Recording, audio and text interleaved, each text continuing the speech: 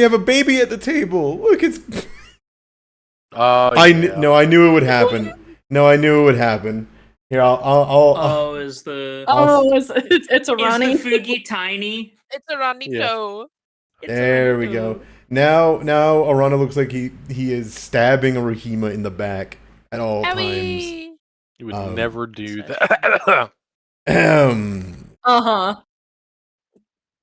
But I am so excited, so happy to have some actual cool art custom made for Urano. It looks gorgeous. Do you guys mind if I can I show off the art in like the... Of course you can.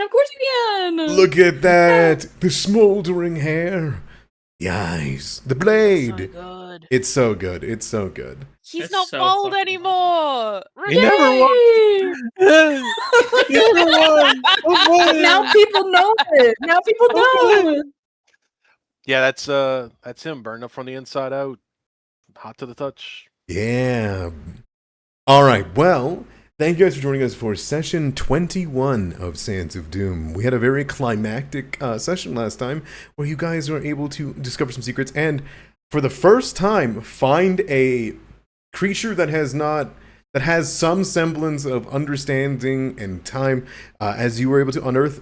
Not technically an Anubian, but someone that the Anubians conquered and then was forced into powerful pact and oath of servitude, but was definitely present for a vast majority of events that happened in Empire times. And so perhaps, you won't break this one like you broke Trezul into tiny little Lego pieces. But we'll see. We'll see what happens. Would anyone like to give us a recap of what happened last session as we dive into it? Going once? Going twice? Is it me? It is me. It is my recap. Yay! All right. I only just got my notes open. Too busy on that horse magnifier. Yeah. All right. Because you're always magnifying them damn horses. Always magnifying them damn horses. As we return to our valiant session of Sands of Doom in the post-apocalypse, we had you guys diving into the Doors of Death, which had also the misnomer translation of the Doors of Life. It was unsure why there was so many kind of twisted denotations of death, then life, then birth, then death, then back and forth, especially with that initial depiction that was on the Great Pyramid Ankara's front. And that became a later discovery that you guys have done during this session. But you ventured through the Doors of Death, having to leave Rumbolt outside with Clutch and Squirt. And in doing so, you guys were able to enter through the Pharaoh's curse. But the Pharaoh deemed that anybody who was judged by Anubis may enter this place, hastily made in the side of the plateau, but for a few miles away from Ankara. As you dived into it, you found remnants of the dead, you found fake and false tombs, fake and false statues, but Mara, being a follower of Anubis, identified that there were 4 snake motifs coming from basins around the central pillar that surrounded these 3 tombs, and instead correctly identified that with fects of water, if the basins were filled with life, if you will, pure life, so pure water, it was able to open the true tomb below, or the true ruin below. Doing so released, unfortunately, in the last 2,000 years, 2 tomb jellies who had a conflicting absorption of the curses within this place. Tomb jellies are able to adapt them, and it adapted both the Pharaoh's curse to disintegrate people into nothing, and also the Anubis boon of preserving bodies, and so it was doing this weird mix mash. You traded blows, faced them down, defeated them after some harrowing strikes, and then descended down below. In doing so, you found a place that immediately was shaped by its history. The walls in the interior beyond the doors, and even the walls and the steps themselves, were imprinted with, like, as if wet cement was pressed into with hands, like body parts of hands and legs and faces pressed up against it, as if souls have expressed themselves so much in this place that the spirit have changed the rock around them. You delved deeper into the below and found a cold, empty tomb with a hallway, and Mara was able to identify that the spirits here were so on edge that you guys would be attacked in some way, shape, or form if you moved too close to a grand door. The door depicted Asmara in a state of prone position and surrounded by attendants, and her lower half was covered. That also was discovered on a while later. Within this place, however, there was one reliquary, a offering that must be done in order to enter this place yet again, not just to be judged or worthy, but also to give something to this place. It was discovered that the water within it, this reliquary, was the last drop of many, many, many, many people. The last drop being the last piece of water taken from an embalmed corpse, and is said to be sacred in some way. Fext, seeing and of course knowing that the water was pure before and was able to help above, you guys had him donate a drop of his water into it as a sign of peace and a sign to push on. However, the souls trapped within were able to use him as a magical conduit to attempt to escape, trying to vest through the body and break through, find power, while also the reliquary's magic, which it was cursed with, was to draw all water from any being that would put a donation into it. Fext having unlimited water, and they're also having the souls come back through. This caused a what's called a spell scar, which is two magics that should not ever interact, interfacing and causing some kind of catastrophic failure in between. The only way that was known to stabilize it was using Heka. In some manner or sacrifice was able to undo or kind of separate the two, or almost like make the current like flow better for a moment and restabilize it. Fext was put into a state of transformation. He was undergoing mummy rot, of which he had been carrying for many weeks, and had begun to get a mixture of 4 separate problems happening at once, but with able to hold him down, secure him, despite him trying to desperately try to steal magic from you guys in order to preserve himself. You guys were able to hold him down, separate him from the reliquary, and sacrifice Heka, purging him of not only his own blessing of the droplet, but also the curse of mummy rot and the reliquary's attempt to take him over. And he turned out to be, in the end of all of the purification of Kepahet, turned into a human, a normal man. Piercings had regrown in some manner or shape. He seemed to have returned to a form of which before the transformation happened into the water-bound person. He looked around confused, and then the doors opened behind you. After a brief conversation with him, you entered into the main chamber to find out that it was not a tomb, but a cradle. A room for the birth of the new divine heir, a third secret pharaoh who had not been named into pharaohdom just yet, and instead was kept a secret for some apparent reason, and only the Aru and the Ennead in particular were depicted on the walls to watch over this birth. The divine heir and Asmara were both missing.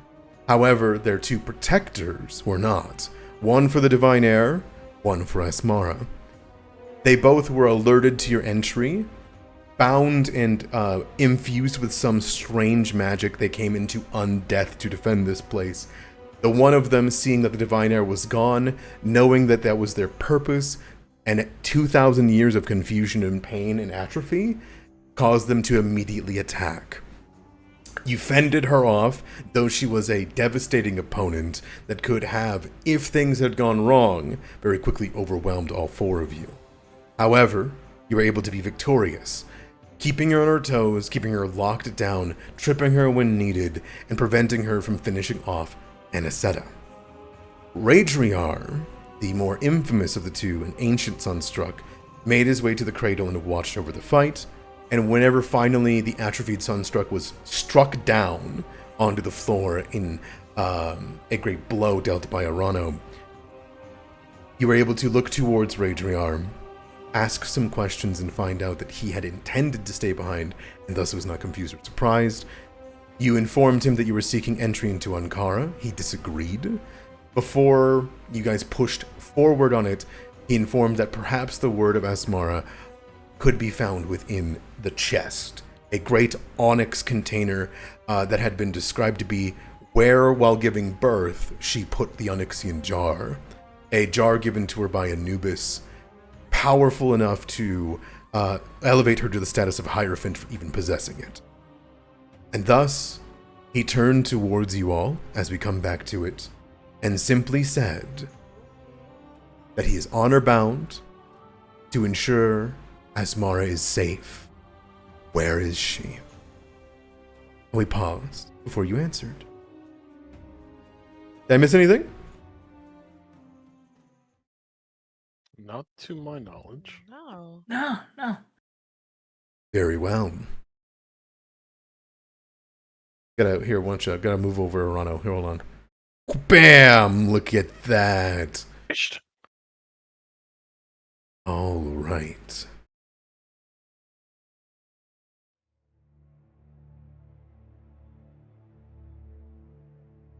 As we come back to this place, it's dark, it is dry, and it is filled with riches. Donations for those that were able to know of the divine heir's birth, and the riches that were given as supplicants or perhaps blessings. Marks of each of the pharaohs drawn in still fresh blood surround the cradle, though it lies empty in front of you, built from the stone of the world itself. The four pillars of the various members of the Ennead stare upon all of you in the darkness here. As Raedriar approached the chest, placed a half bone, half rock hand onto it, and opened the already broken seal of Anubis's head. It opened with a gasp of air, and within were 2 scrolls and a smattering of bones. As Raedriar asked you all of this question, do you have a response? And what is it that you guys are doing within this place? As he begins to search through the chest.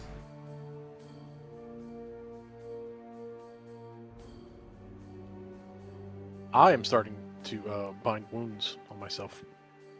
Okay.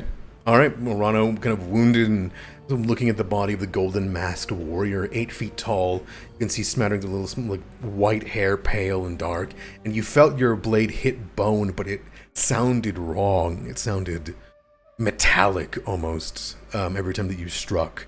But you sit down for a moment, Hauke beside you, and beginning to mend some wounds.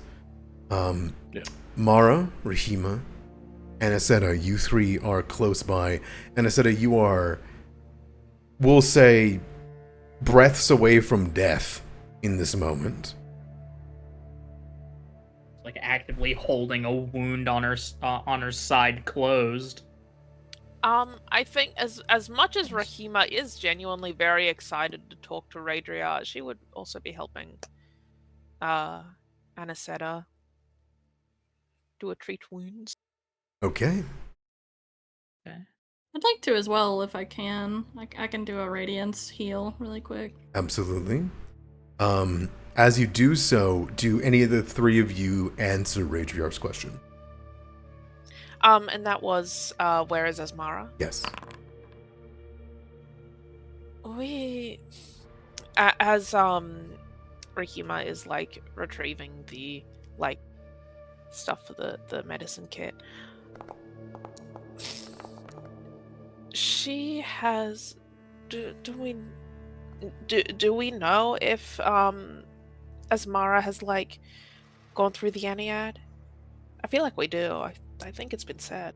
Don't truly know it, the course or what is believed or what has happened, but it is, she is not here and you assume that she was here. Right. If she is not here, then she must be, potentially. You can infer as you wish. I know that you're probably asking your party that more than me, but Yeah, and we also came here under the assumption that we were looking for her tomb. So Yeah. either she's gone already or she is gone already. Yeah. We do not truly know.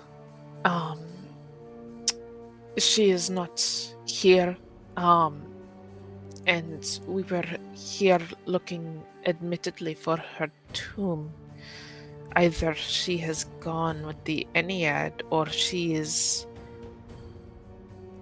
dead. Ragewear, like, listens to this. Ragewear had turned towards you guys not because of any words that you said, but he had interrupted his pilfering of the chest because Mara glue with Hekar and then began to heal Aniseta, and it kind of triggered a quick turn, and then Mara, you get an up down at your whole body, like another once over for a second in curiosity, and then lands on the Hekar on the chest again. Kind of looks over towards Aniseta, watches the wounds heal. Then the eye turns towards you, Rahima, as you finish this saying this. Bro, they're married. There is a... And they were roommates. Ragear takes a claw and points at the floor here and says, "She's not here. Or she's not." And you see him like point in every direction like around him. Here. She is not. As far as we are aware, she is not. And like Rahima, like kind of echoes his like pointing everywhere motion here. And she has made her journey and is. So it kind of turns and looks in the bones. Gone. But I still must see if she is safe.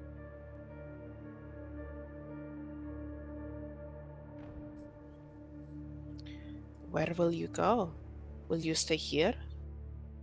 If she is not here, then we are at an impasse. Oh. You wish to enter the pyramid. If she has left this place, then she made it to the pyramid.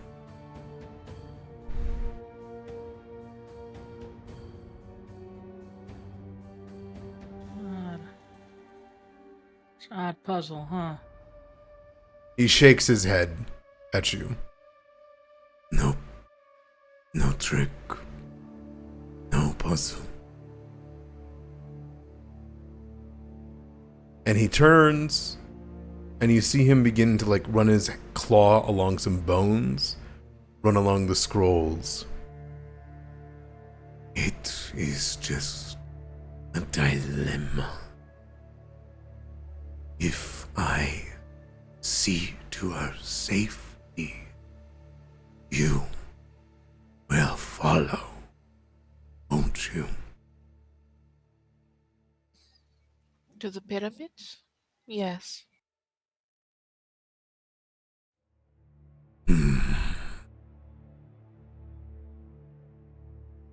He pulls out one of the scrolls and unfurls it. And in the purple glow from his eye, looking across at Rahima, you recognize it. It's 2,000 years old, but from here, you recognize it. It's a map of Ogrila. Ancient. Yeah, Rahima like bolts apart. No, it's ancient. It's ancient, but it's clearly like you recognize the peaks, the mountainsides, the plateaus. Rahima like maybe mid like putting a band-aid on or like bandage over Angelique's wounds, just like abandons it completely and bolts up. Where did you get this? Is this is Ogrila? This is This is where I live. This was left by Asmara. And you see he unfurls the other scroll and begins to read it. And you can see it's in ancient Nubian. She like kind of comes to his side, and looks as well if he'll let her. He does the thing, you know, whenever like a kid's looking over the shoulder, and he's just gonna. Yeah. Are you looking at the ancient Nubian one or just the map? I think her eyes are drawn to the ancient Nubian first. Okay. You begin to see markings. You recognize a hieroglyph of Radriar. You recognize a hieroglyph of Asmara. You see the pyramid. Roll me a decipher writing, like as like at a quick glance. All good. I imagine I can't translate this using my thing right now. Using your thingy. Sorry, my spell. Sorry. Do you want to cast it on yourself? Before she does, she will think, I have a spell that will let me translate this. Hold on one moment. I promise I'm not going to do anything bad. She will cast it. Okay. He watches you carefully, listens to you speak. The translate goes through. Ancient, it helps you discover more, but there are parts of it because Ancient Nubians is kind of like a code because it's pictures. But you'll get the better gist. You'll get a better gist of it. Don't forget to heal the 10 anesthetic from your ally Mara healing. Oh, you already did. I'm so sorry. did. You did. Mara, yeah, you can I'm can mark yourself to still vote. at 24. Yippee! Let me know when 10 minutes has passed. 10 minutes has passed as he's reading, listening, and going between these. There's like a calm. This creature does not seem to be in a hurry as he reads through these carefully. He's got all the time in the world. Yeah. You read over it and you can tell from the first symbol and on, it's a letter to Radriar.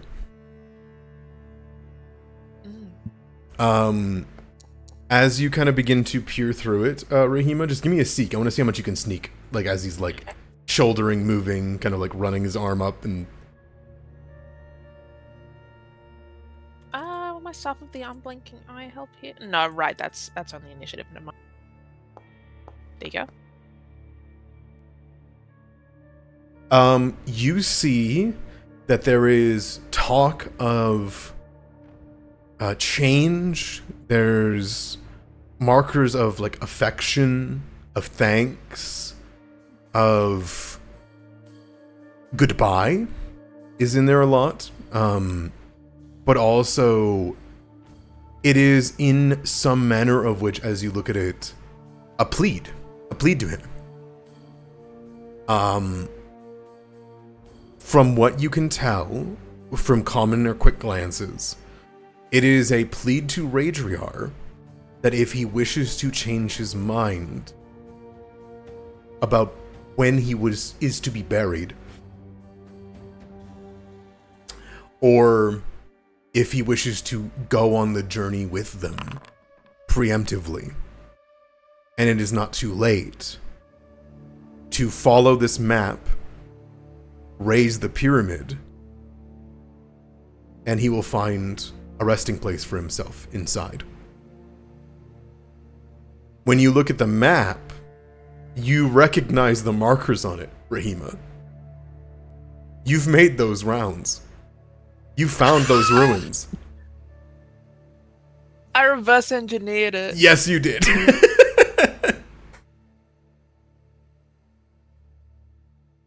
She kind of preens at the. Oh, I reverse engineered it. You see Radriar kind of like turn back at you and like a nod. He looks at the note. He looks at this. He looks at the map. And he looks at the bones, and there seem to be some sort of answer.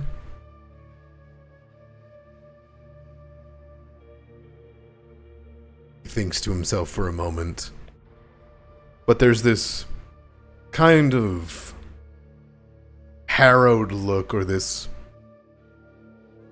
remembrance across his face, even though for him it's likely been minutes since the last time he was alive. But there's like this pause. He respected my wishes, but wished to rest with me nonetheless.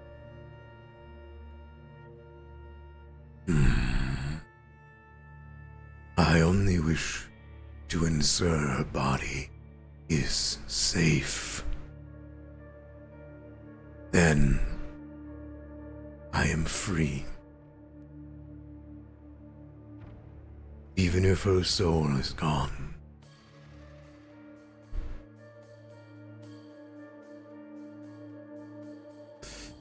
But if I open those doors, you will follow me, won't you? You have already said it. Can I be ensured that you will not ruin, desecrate the dead? We would not. I have been through these kinds of places many times. I know how to conduct myself. And I am sure that everyone else here will as well.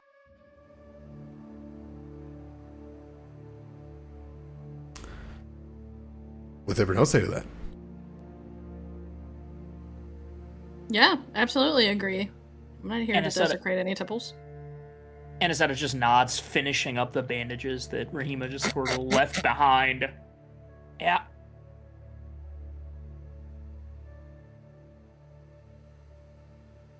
I have no need to disturb the dead. But you mean to enter for riches? For power?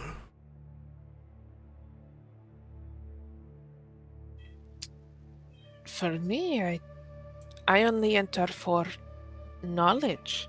I want to find out everything that happened.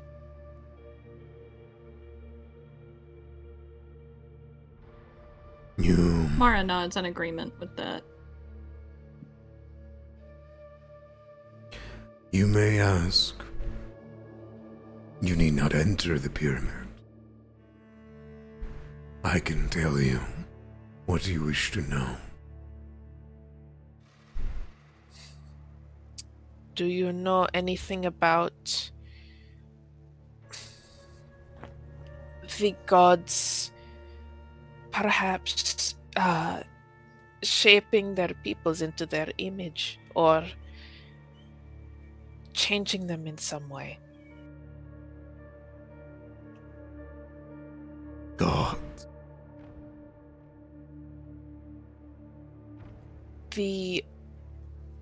They would be the Aru to you. Only physically. He's asking a question if you mean only physically or do you mean in other ways?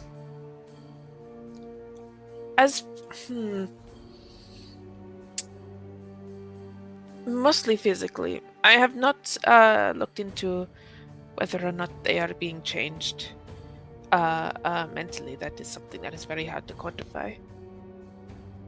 No. The Aru. They were already themselves. They entered the world. They walked among the sand. They changed spirit, faith. They did not change people. The Anubians remained of the head of their old idol, despite being the chosen of the Aru.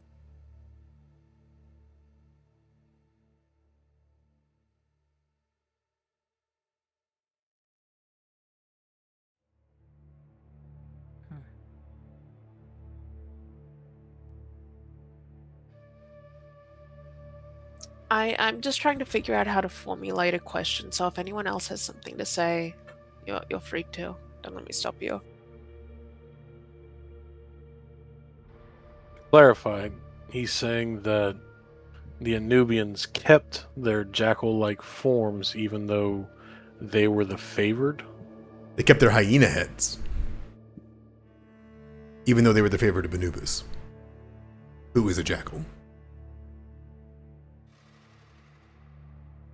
Does that raise anyone else's eyebrows? That would definitely raise your eyebrow Yeah. at the fact that they used to worship an idol. That is a confirmation in itself. Yes, but continue.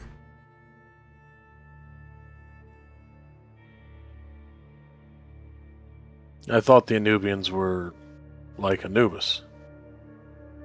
No. They were, my kind watched them grow. Watched them live. Before the Uru, they were communal. They were, your word is tricksters. Their hyena creator was discarded for the Aru. It gave them life, power, divinity, but it never changed them. They remained in mortal form as they were created by their idol. Despite many generations.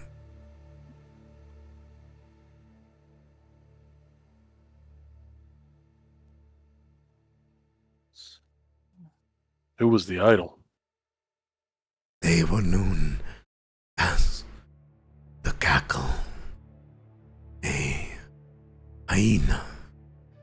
It was the first to die at the hands of the Anubian armies. A civil war in their own culture.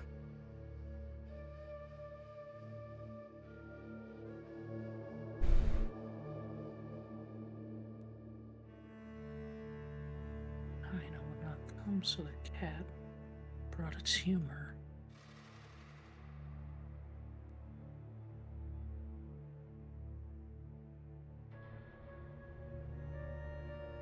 The death of divine, worldly being is not unknown. Our kind celebrated before they began their crusade. My kind worship and slay our gods throughout history. We did not see the threat.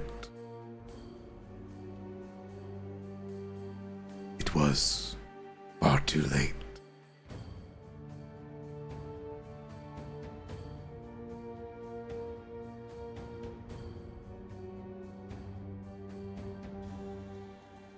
Say,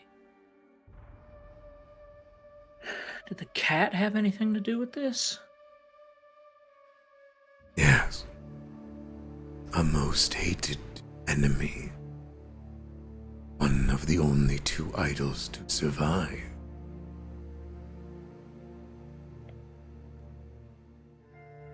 Until the last, at least. It was slain by the wielder of the golden spear. A long-foreseen death. The cat corrupted our first pharaoh, the one who subjugated my kind.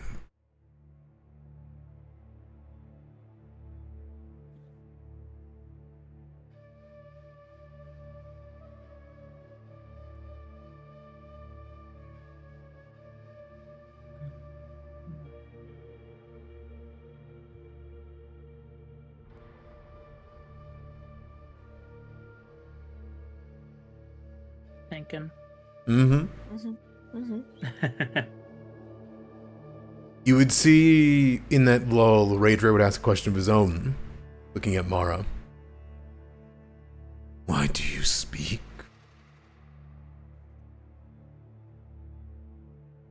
I do not. This vessel is a conduit, but my voice has not been my own for... She, thinks for a moment. At least 300 years. Then one speaks for you. She nods. Is your servant conscious? Sorry, one more time? Is your servant conscious? He gestures to the skull. Oh. You know, I think Mara would nod and then knock on the skull, see if he answers. It dims for a moment, but you get no response. Busy at the moment, it seems. And, he is not my servant. Kindness, then, to speak for you. Yes, I could say that. What of your infusion? Who taught you that? It is... She tries to think of how to say intuitive with, a more simple term. And kind of just gestures to herself. Instinct. No one taught me.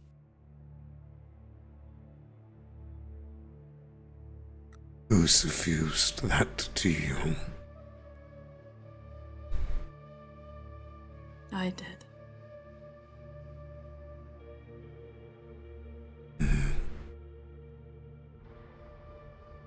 The gift was given to all Anubians to use at their own purview.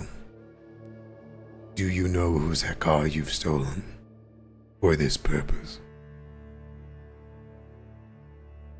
She shakes her head. I have long wanted to know. The memories are mostly gone. My temple kept it safe for millennia. The Hekar safe. This Heka safe. Not all.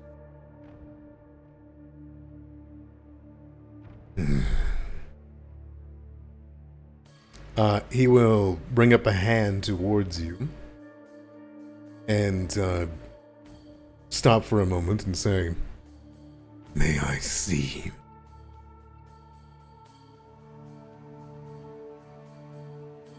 She tentatively nods.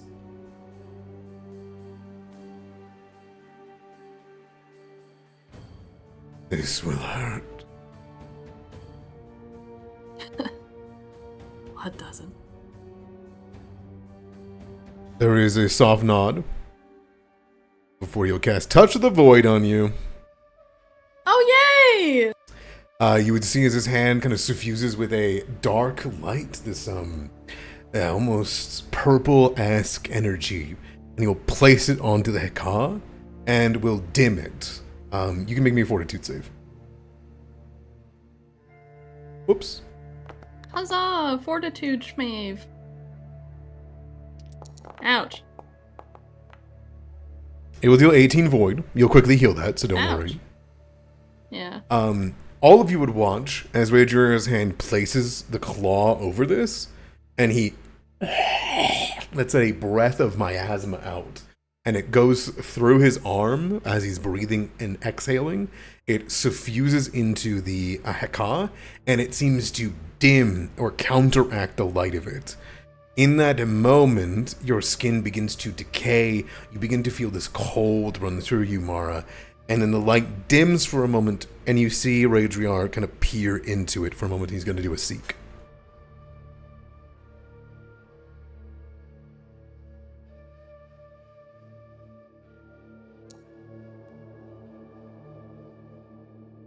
Arano does have one hand on the hilt of the sword and is looking at Mara for the barest sign of go.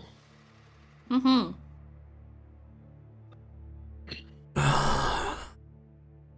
Yes.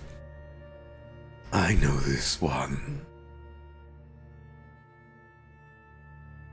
Your light returns. Oh, yay. He seems to leave it at that, She... Okay. unless you ask him. She kind of like, yeah, she's definitely gonna ask. She just like takes a moment to recover, like clutches the hand to the chest. Gives a slight nod to Arano, like I'm good. Before she looks back to Radriar. You know them. Who?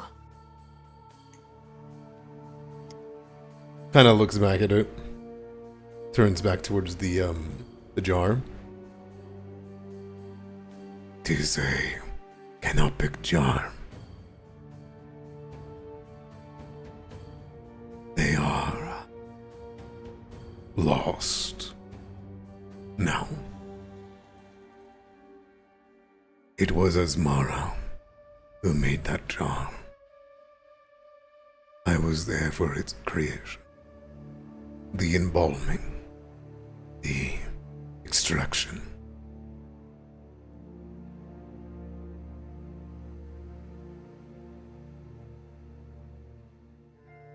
It is a part of Asmara? Or someone else?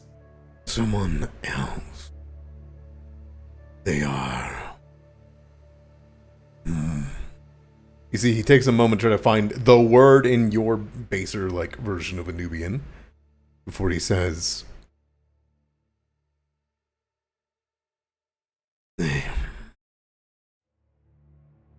Snake. He gestures towards you, Rahima, and Aniseta. You spoke of the cat. Mm-hmm. The Yeah. snake had its people. Gestures at Mara's chest.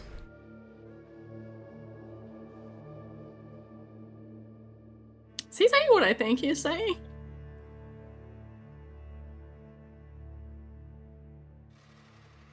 Oh shit. You. I see. Go on. Sorry. No, you go for it. You started talking first. Oh no, she was just gonna say. It seems like you got the carven idol.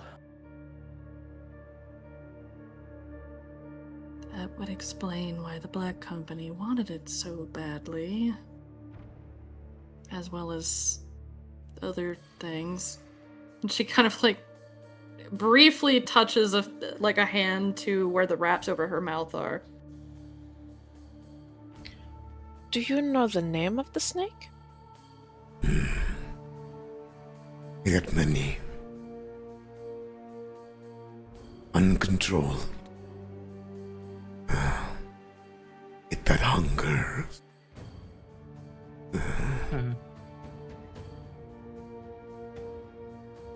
Enmity is what he said, or did I mishear? He said it that hungers. The Oh, first I one. see. The first one. The enemy. Ah. The enemy, I see.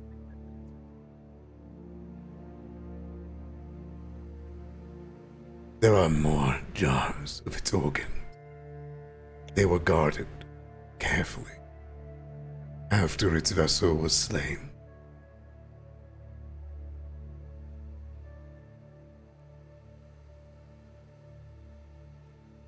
I'm Mara, just, above table.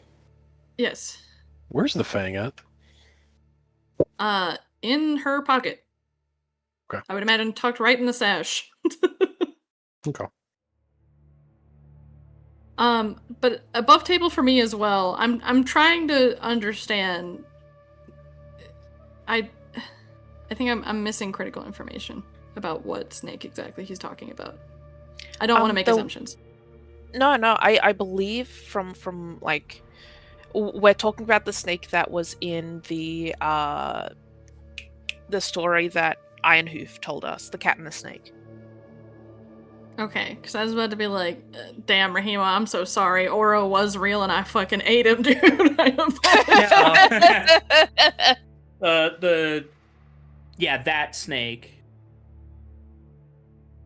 It's confusing because there are two kinds of snakes, deities that we're talking about. But yeah, it's like this could either be like the cool, oh my god, Oro is real, or oh my god, a pop. Like I just, that's what I'm thinking. I'm having a little trouble understanding.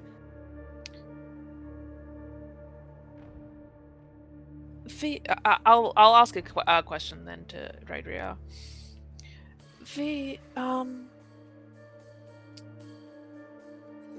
The Silent Serpent, I don't know if she has a different name to you.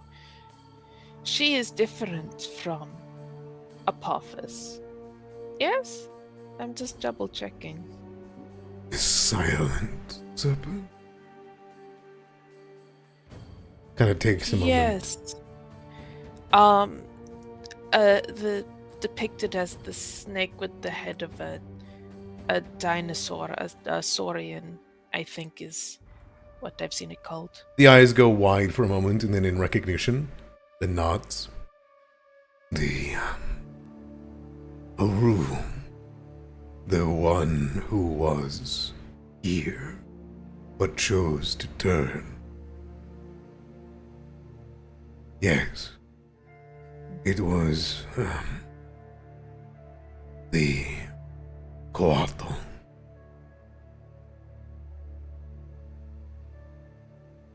A being of connection and rebirth. We have not seen it. Long had my people sought it. But any that lay eyes on it are reincarnated.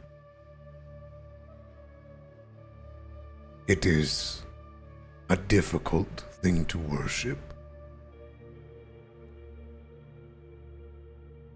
Even more difficult to kill. Why would you want to kill it? Long ago, my people believed it to be a dragon. Its silence spoke that it was unsentient, animalistic. It was a mistake.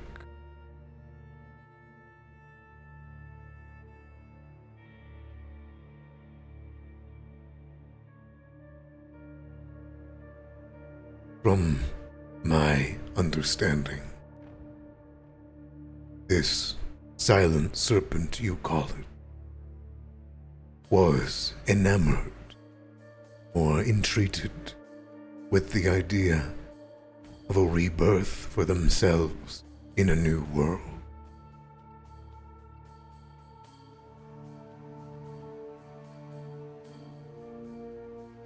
I hope they are thriving there.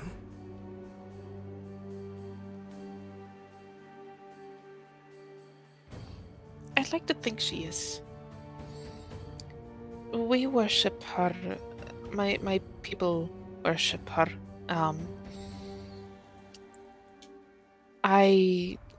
She has never been laid eyes upon. So Why? Why do we worship her? She is in the next world, beyond the field of reeds.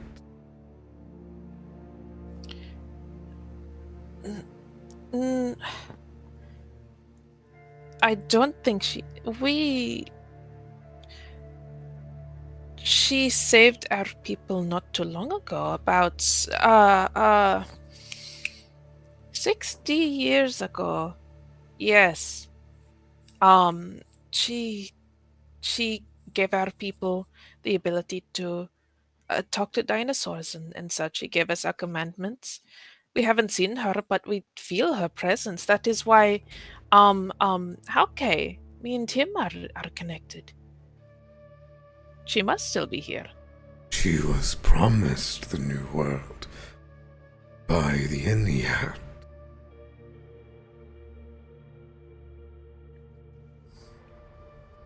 My people were promised the new world by the Ennead.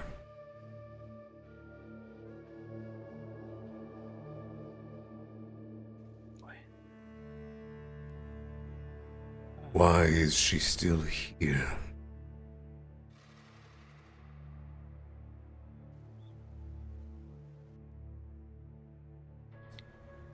I thought it was because she may have turned away from the Ennead, but the Ennead, its doors were closed early.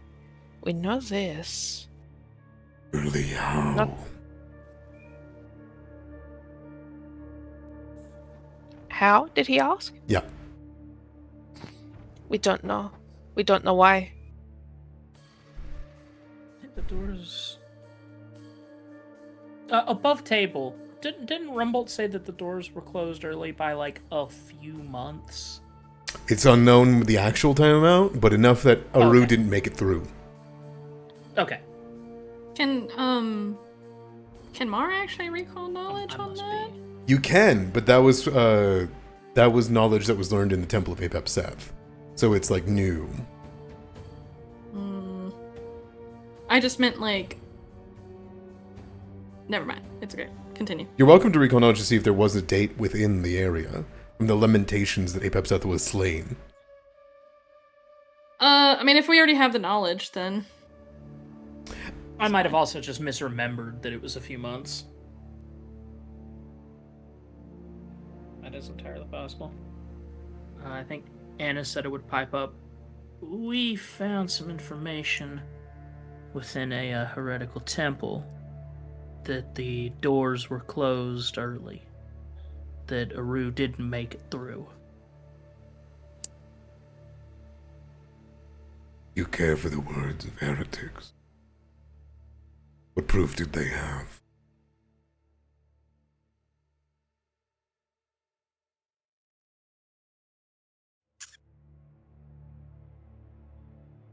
Well, I remember, or have seen, banging on the doors. There's someone on the other side of me. For me, waiting for me. I've at least got that personal experience.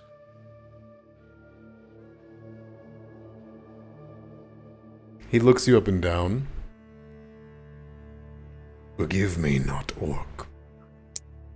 But I do not know why your experience would tell if the doors were closed early.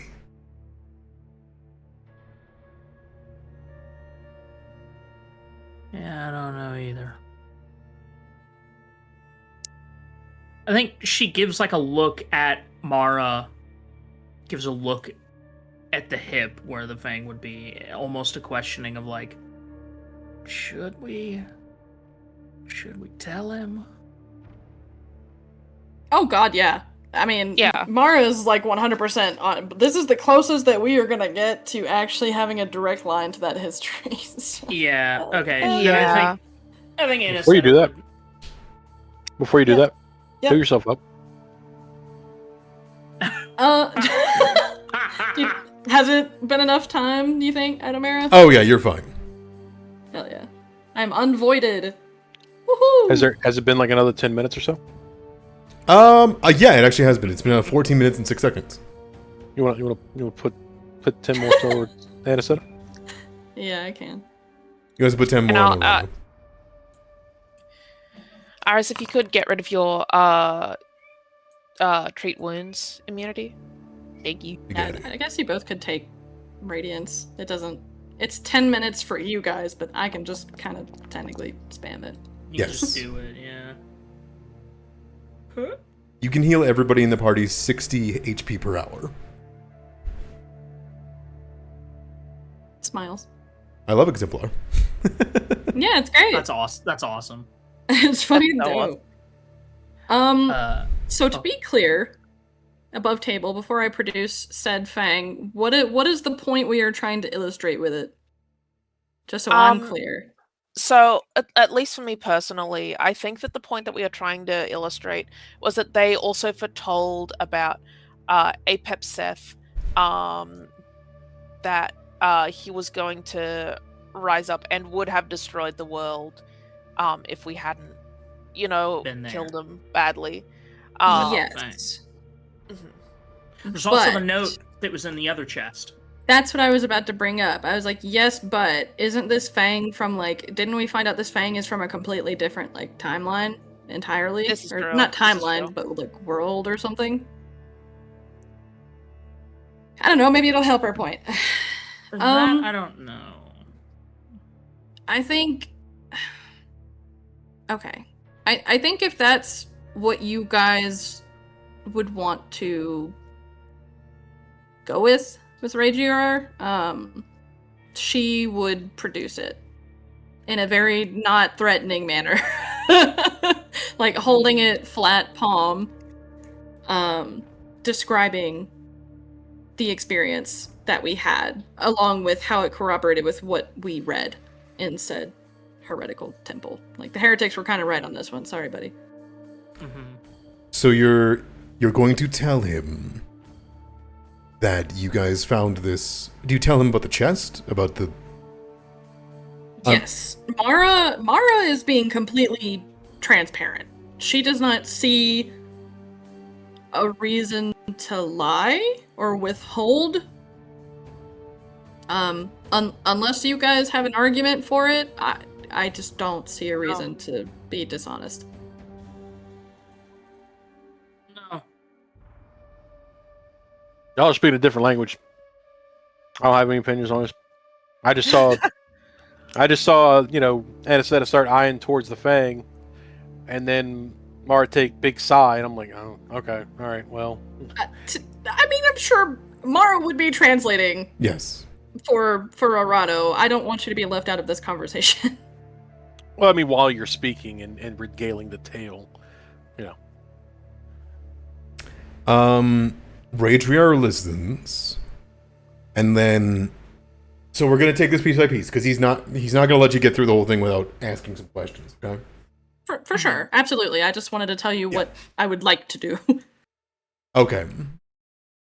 As you're regaling, you tell him about the indigo chest? Yes. Okay. The rune, and do you tell him about Jerry? And all that, or do you say that you have that you just had the rune to open the chest? No. I would tell him about Jerry. Maybe not Oh. this guy named Jerry is a real asshole. No, just be like, somebody was trying to steal it. We recovered the rune. They seem to be at least collaborating with I had totally forgot the name of the statue guy. Brazil. Yeah. Well, Jerry was led here. That was a big thing of Jerry was that he was led. Yeah, he was compelled to be at that place. Yeah. And it may also be the same force that is compelling us, which is what I'm worried about. But Mm-hmm. He will ask when you tell him of that in the rune, and then you tell him about that the fag was in there. Do you tell him about the note? Yes, but I would have to be reminded of its contents. I'm not gonna lie. The hieroglyphs of you guys from 2,000 years ago. Yes, absolutely. Yeah, absolutely. that Absolutely. corroborates it. I feel like that is desperately important to the case here. That is the evidence, He looks at the fang and he doesn't take an offensive move. He just stares at it for a second. That it's undeniable that it's right there in front of him. He then looks around and says, Do you have this hieroglyphics? Oh yes, I have them.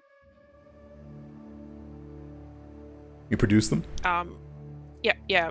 Rahima would profit the note. Carefully, and I assume still within their scroll, he would pop it open it, and doesn't seem to care about preserving it whatsoever. And he will look upon the papyrus for a second, kind of denote it. And you'd see his jaw set, and like the withering of it. And then he will nod, kind of knowingly to himself for a second, and then say, "The creature who brought you this fang brought it in secret from their last journey.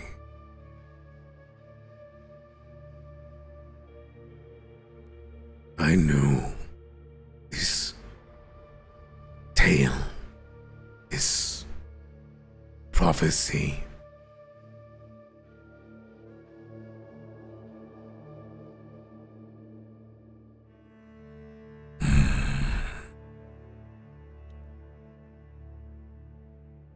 I must know if Asmara's body made it to the pyramid.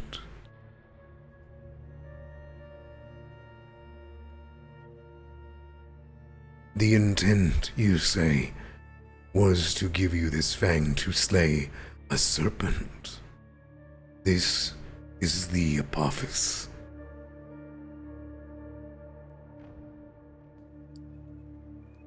That is what we understand, yes. I assume that you guys are going to relay to him, or as you had expressed to, what happened with the Apepseth Temple? Yes. Yeah. Yes, absolutely. Do you leave out any details? No. No. What are you thinking, Ira? I'm just trying to think, is there any... No, I don't think so. I don't think so. In the interest of fullness, no.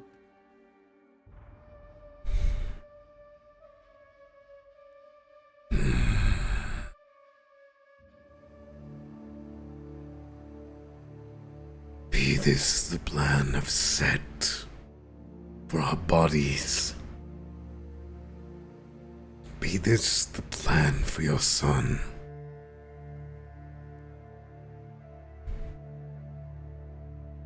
A poor treachery.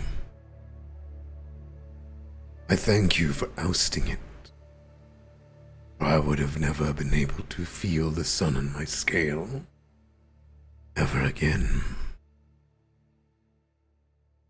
I had thought that there was some reason the pyramids to be buried, to be forgotten, all riches left.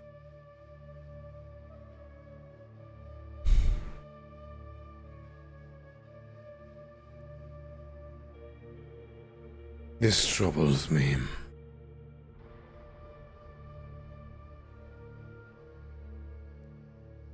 Yeah.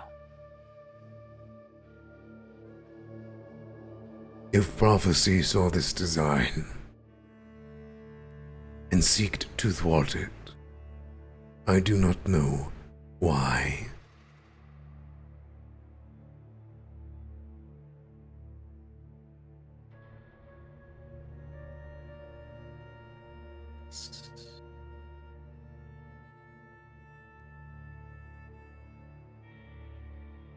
He thinks for a second, kind of taking this all in. That is what his people, what this place was meaning to do, to desecrate your world. The intentions of it, the enormity of it.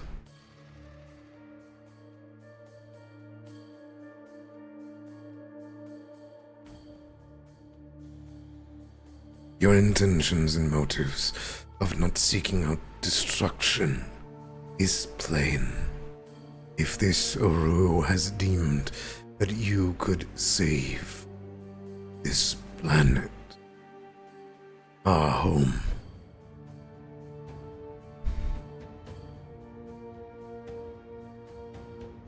Do you believe that this Uru closed the door? Or do you not know who did it?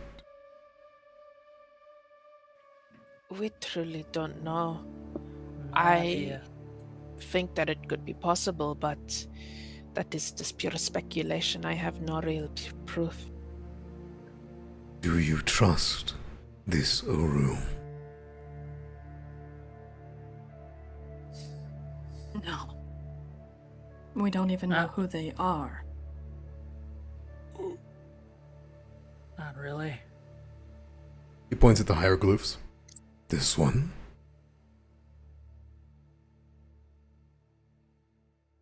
This Is he asking? Yes. Oh, sorry. Mara would shake her head.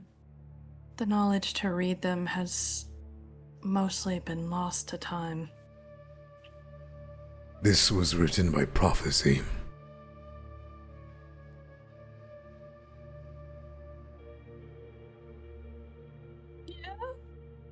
Are the speakers here able to understand that as capital P prophecy? I think That's what I'm the thinking. way he says it, you might think that this whole time that's meant capital name. P prophecy. Ah! It's a name. Prophecy is a name. Interesting.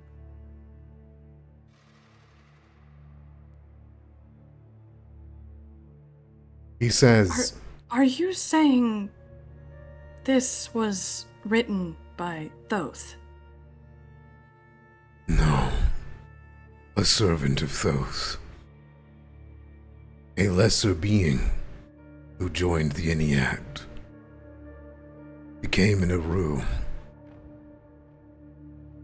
They are sculpted by Thoth. Prophecy is a agent of fate. He then says a word out loud. A word that has not been decrypted by Rumbold.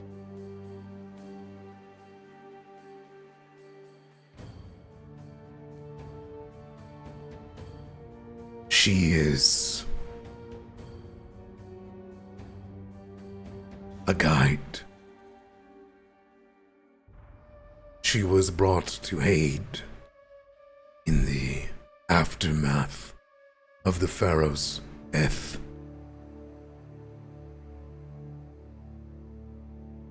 Set was unable to come to this world himself. It is said that he sent prophecy to know what would occur if this world was still worth saving. I did not know the treachery of the first pharaoh until this moment. What plan of Set he had ruined.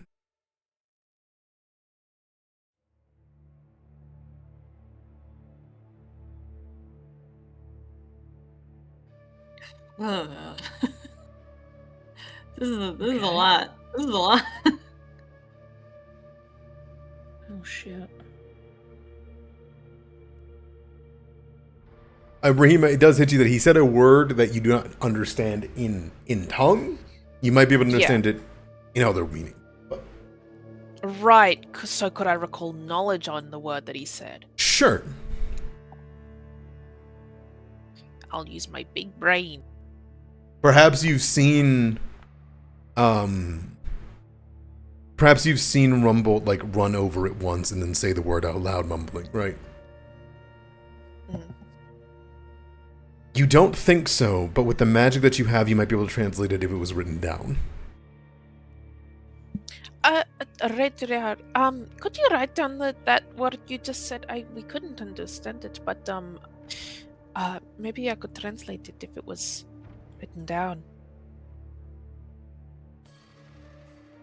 Thinks for a moment. It is decreed that a sunstruck can have and create nothing.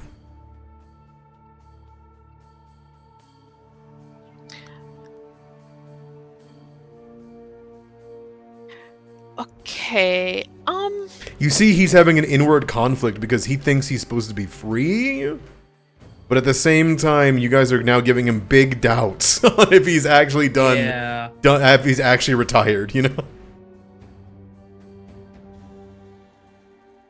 If you want, you can give me a request. See if it sways him. I would like to make a request. Yeah. My big +0. Can I aid? Yes. How would you like to aid? Like, ask him. You can big doe eyes. Yeah. You say something. Whatever you want.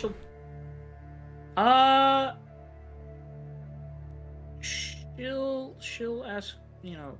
Say obviously you can't understand, but I assume Rahima. Yeah. She'll say it would really help us in figuring some things out. You can also Together, give me either you can give me a deception if you're like, I don't know what's going to be talked about, but we need to get as much as we can out of them, or performance. I'll give. You can give me diplomacy if you want. I'll give the performance. Performance. You could do acrobatics and do like a cool backflip. Ugh. So I'm gonna hero point that. I'm gonna re-roll that. Reroll. Yep. Can I make it a success? With a hero point? Let me see. So it's not secret. Yes, you can. Okay, then I'd do that. Okay.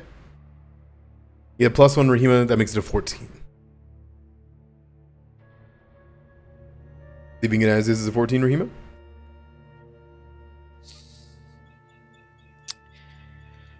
You don't have to answer me if it would give it away. Would it be possible to make it a success?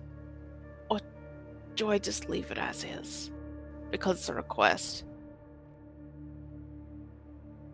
As a traditional request,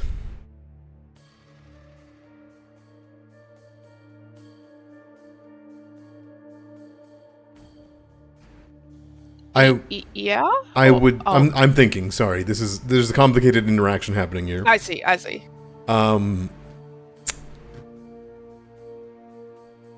Yes, you can. Okay. I'm sorry, Iris, for making you waste your aid. I think I will hero point it. No, fine. You needed the bonus from it.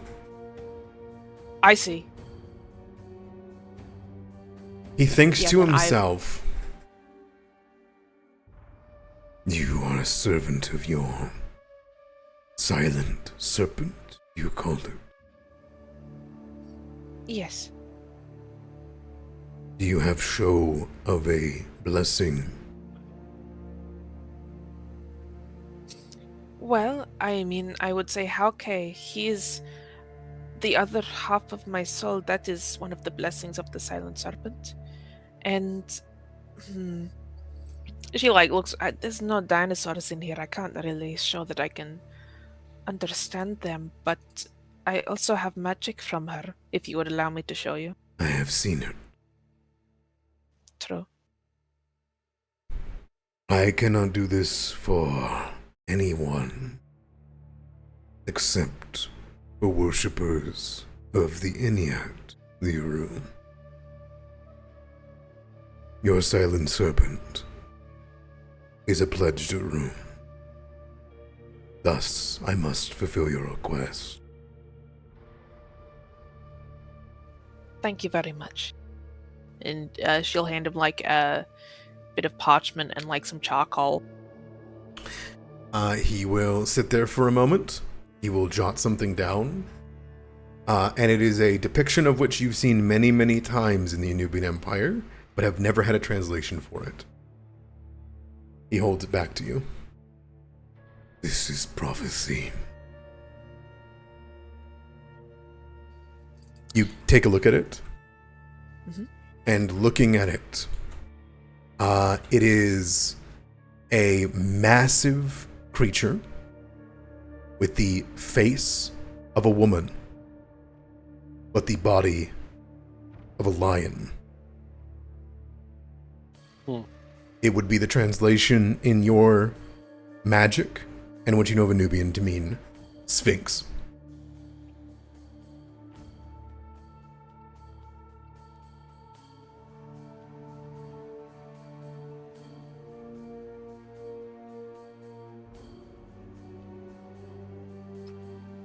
Is she a Naru or only a servant of one? Both and neither.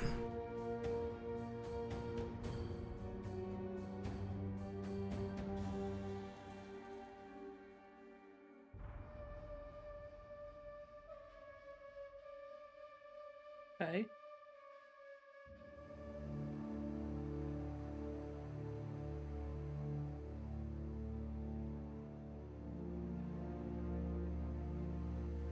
Bidden likely into creation and suffusion of a vessel by Thoth.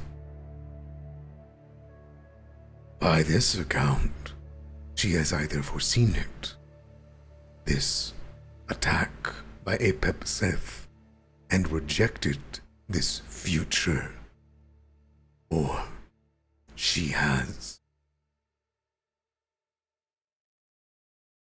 remained.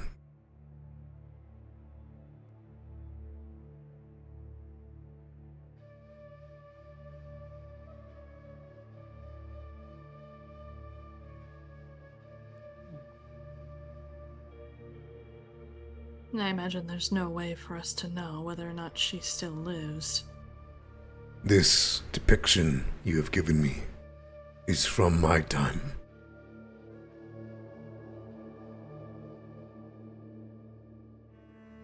I believe she would have left by now if given the chance, only giving you the ability to stop this treachery of Set. This is true. But she did?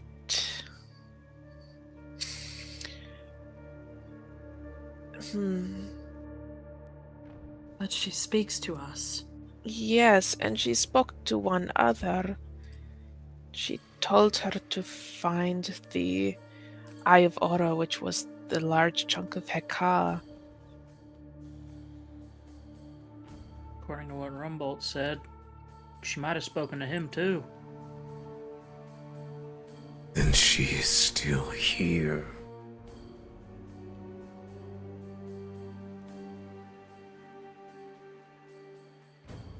I think, at the mention of Rumbolt, Mara would perk up as if remembering. Listen. Could Rumbolt have a more productive conversation? He might know what better to ask. This is He true, can and speak in his language. I don't know. No, I think you have a point. Rumbolt knows the language fluently, unlike us. Reem and Mar. We're also gonna give this poor man a fucking heart attack. Okay. Mm-hmm. I am gonna do a little specification here that, like, you are correct. He might know the right questions. Mara, I think you would know as an arbiter that Rumbolt's agreement with the church was that he could read ancient it. Minimum. And I think he can't speak it. I think you would know that Yeah. the devils would likely have only given him what he asked for in exchange for his soul. Oh, god damn it. Which is not necessarily a huge negative or anything like that. It's like it's, all that. But I think, like, he would know the right questions, right? Like, he would want to know, like, certain things. But I think you would know that, like, that's a unfortunate byproduct of contracts, right? No one ever thought that they would be able to speak it and actually be able to speak it. Well, I got a writing kit on me. Yep. So we have a literal desert outside. We can draw sand. Like, We're gonna pictogram it. In that case, you say that to them, and the Radriar says, "You speak of this person as though they await outside the door." He does. He was not judged. like we were. Even this thief? He nods his head towards Vext. You turn around? Yeah. Vext has like his hand Man! reaching towards one of the big chests full of gold and jewels. I think in probably the loudest voice you have heard Mara speak in yet, she would just boom across the room. Are you actually serious right now? Vext like, and you hear ping as he drops something. He goes, sorry, no, yes, no, and he runs. You almost lost your life! And you're stealing! I'll wait upstairs! She like Don't touch pinches the anything up bridge there of her... either. Yeah. She like pinches the bridge of her nose before like taking a breath, looking back to Rajiar. Yes, even the thief. Just before the room beyond, he was cursed, blessed by the Lady Kebahat. With the Anubians, it is often one and the same. She kind of gives him a look like, God, ain't that the truth? You and me both, buddy. He will turn that back towards the chest. I tire of this, Cradle. We will find nothing. He will reach down and he'll take the 2 scrolls and he will take the 2 bones that are within the area, which appear to be either jaw bones or rib bones of some kind. And he would look at one of them kind of for a moment. And then he would put it within some of the cloth. And then he'd stick one of them inside of his stomach cavity. Are those rib and jawbones like familiar to me at all? Give me a recall knowledge. I'll think. How come he gets to store things in his chest cavity? You would recognize that the jawbone was that of a Nubian. It has the telltale markers of hyena mixed with humanoid, which would mark the first body part of a Nubian you've ever seen, an actual Nubian. Secondarily, the other bone appears to have been some kind of either claw or a finger bone. Very, very big. Too big to be a normal mortal. But it was all like humanoid. The second one was not.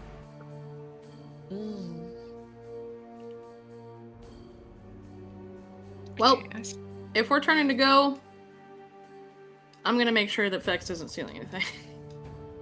I got one last question for you, Redrayar. Like, asking Rahima to translate. Have you seen... She, like, kind of gestures towards her halo. Have you seen this before? Yes. Do you know what it is? Yes. Could you tell me what it is?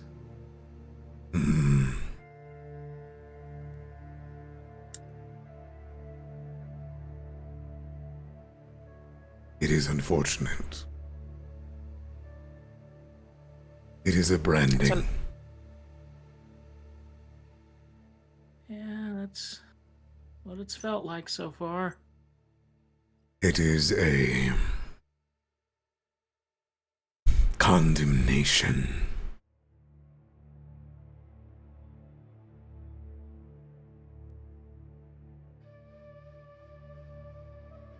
I see.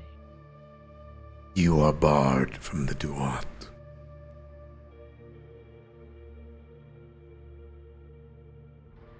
Oh. I see. The specifics are unknown. To me, I have seen it done before. It is a penance, punishment. A few that remain of worth and consequence in those beyond death. He'll shoulder past. The chest is emptied. He has taken its belongings. He will watch you guys leave. He does not seem to be willing to let you guys leave and be alone with this body from the other Sunstruck. Fair enough.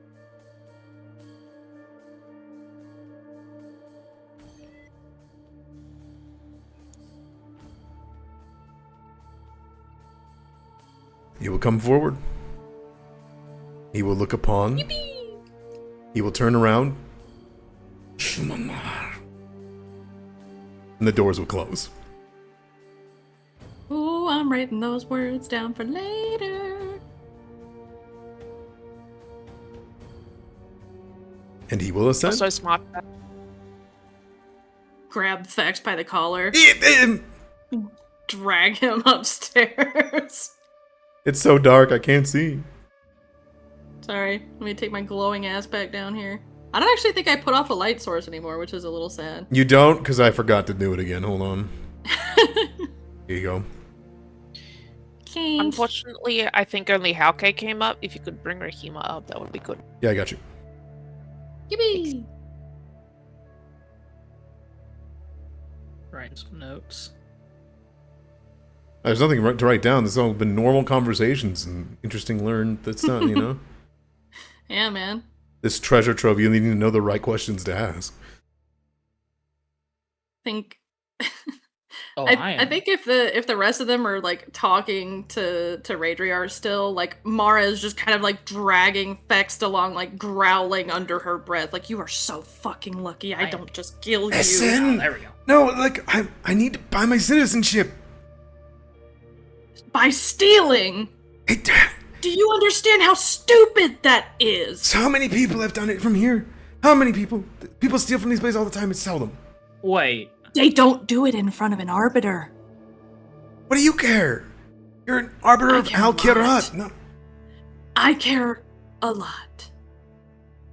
And she looks him in the eye Okay. as she says that. Okay. And, Okay. like, it just begs him to disagree. All right. The Sultana did it. Why can't I? You're not the Sultana. Leave. He moves Say buy ahead. his citizenship.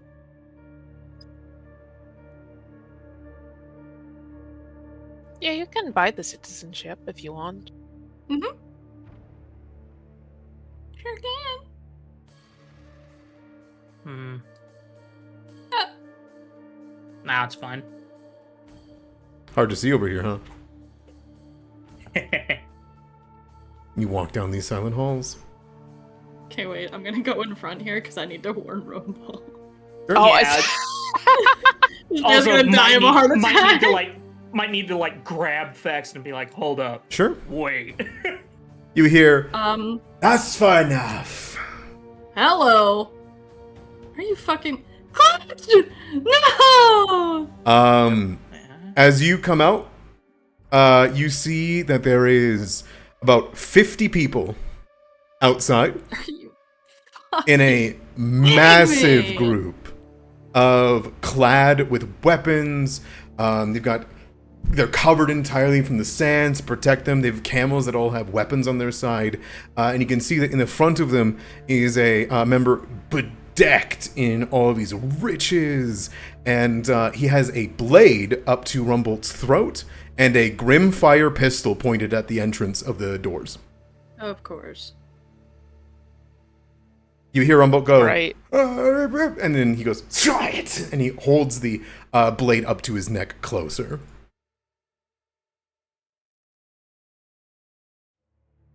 Touch him and your lives are forfeit. And I want to be clear, Arano and, you both have stopped. The others can't see this, or don't hear you Yeah. guys. He kind of gestures with the gun and says, tell him walk out slowly, drop your weapons.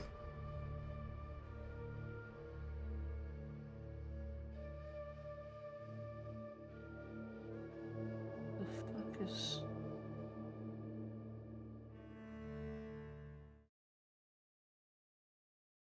What do I'll you do? turn around and behind me, and my weapons are sheathed right now. So,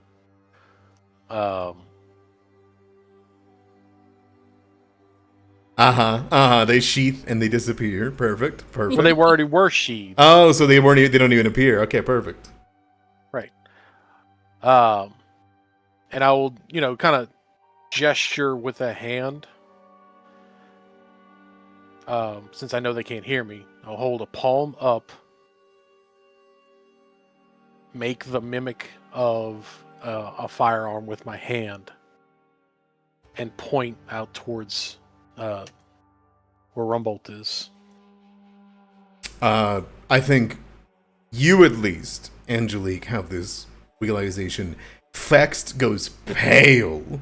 Radriar doesn't seem to understand what the fuck you're doing. But as you guys come out, you are whipped by the hot winds of the desert.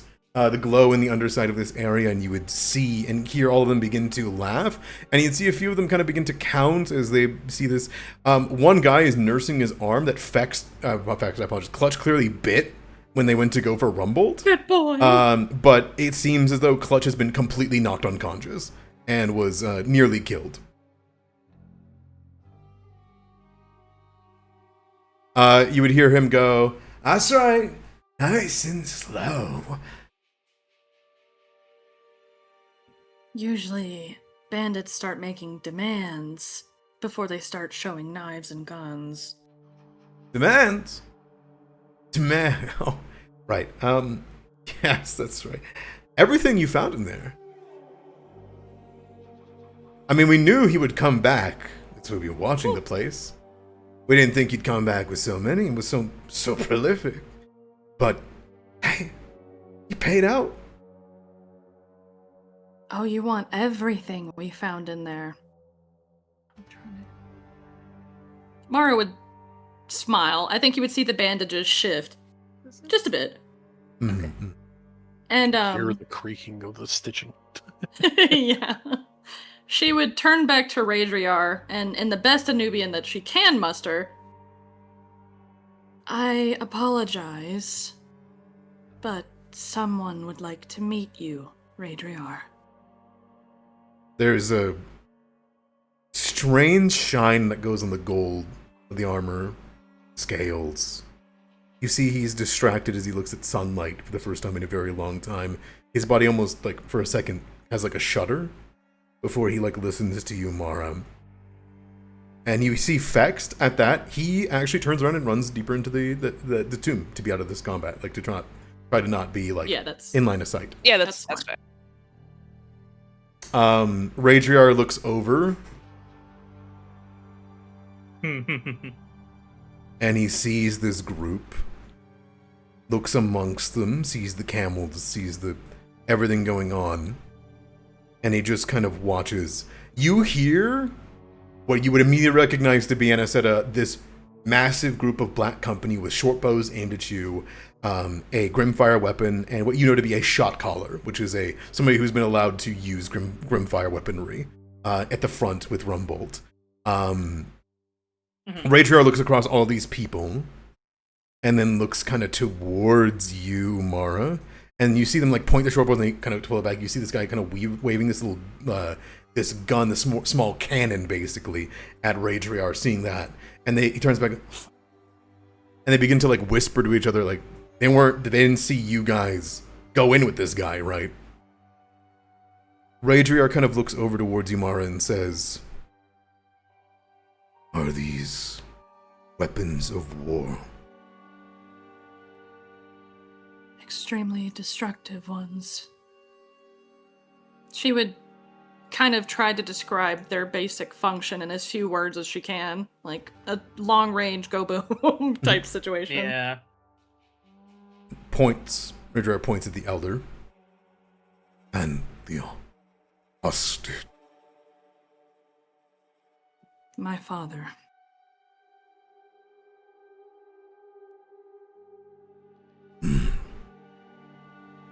He is no fighter.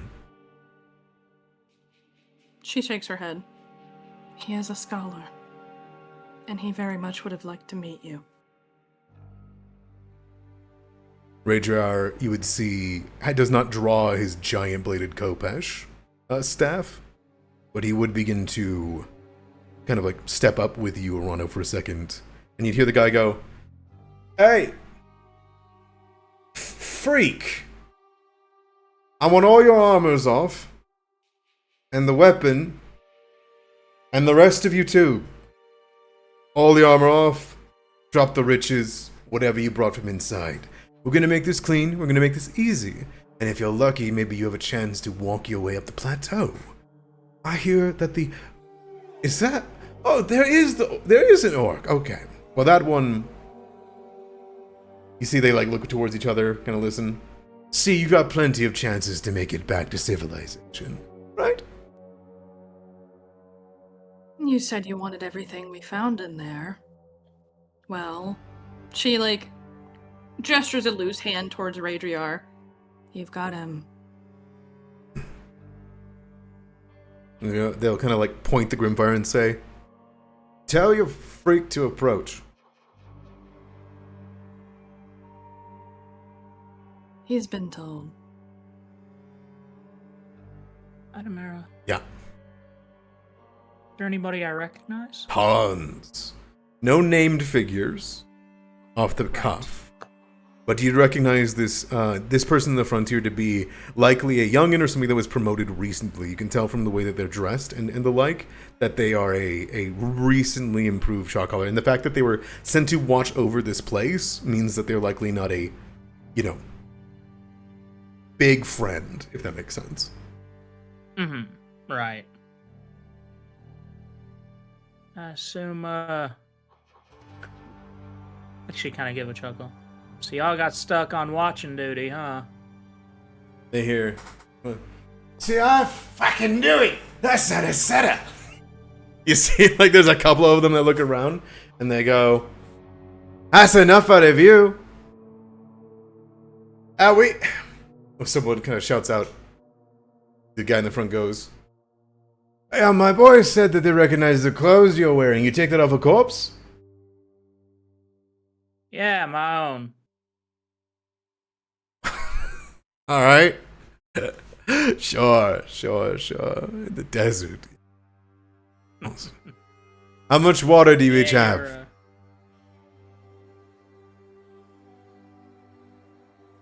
Not enough. Yeah, that's probably a better answer than what I was How going to fucking give. new are these people? All right. Drop everything you have. All at once. Nobody approach. Hey, he waits patiently. Mara would take off her weapon. All right, yeah. I assume you didn't have that out because But do you drop it to the ground or anything like that? Yeah, I'll drop it. Okay. The serpent's hunger is still in my belt, though. Sure. Hee hee. It clangs to the yeah, ground. And it's that old dropper dagger and the Flissa. Okay. They point at him and they say, "All right, that's enough, freak," for like his distance. And they go, "Tell him to take off his gold." It is attached to him. Not all of it. Cut it off then. You do it. You want it. No. Do you think we're stupid? You've got some kind of Yes. trick. You've got some kind of magic. I know better. You should know better. Right? I see you. There's a tiefling in there. Hey, pipe up. You know how this goes. You're smart.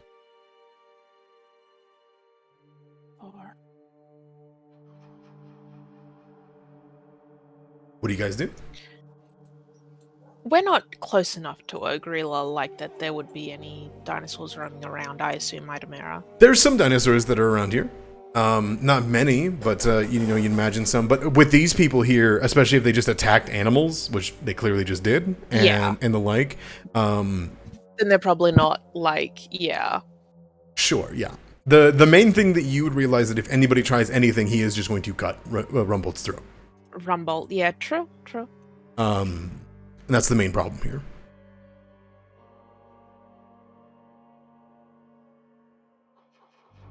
He's too far.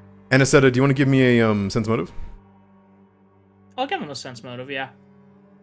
On shot collar? Yeah. Do you have your hands up? Yeah, she's got her hands up. Okay. She drops the dagger and the fliss on the ground and then puts her hands up. Okay.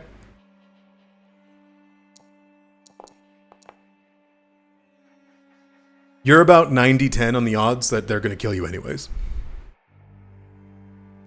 You can tell the way they're positioned, the way they've been talking. A lot of them do not have their weapons out. They're not prepared for a fight, and they're also not prepared to move up for a little bit here. This is likely a hostage situation, and they've recognized it, and they're probably going to kill you guys and then go raid the temple. 90-10, like 90%, they're just going to kill us anyway. Yes, even if you guys drop all of your things, it just makes you more vulnerable here. I think you would pick up on the way he's talking. He's not giving good demands. He's not being smart about this at all. It's because he's already made up his mind, to an extent. You're pretty confident that they care about taking Rumbled, maybe Rahima. Beyond that, they're probably going to kill you. I think she'd just kind of very quietly to Tamara. They're gonna kill us anyway. That's standard Black Company MO. Oh, I'm well aware of their MO. Yeah. Is that Rahima Sunseeker? Rahima! We've heard your name a bunch with the expedition. Lots of people wanted to come see you. They couldn't make it. I'm sure. Come on. You're going to come forward away from your friends, and we're going to make sure that, just like you're a fine fellow here, that you're well taken care of. You're not in danger. Rahima will turn to these two. She does actually seem like she's going to obey, but unless someone wants to stop her. I think But Anna said I might stop you. Item Mara. Yeah. That sense motive. Was it a good enough sense motive, let's say, that I think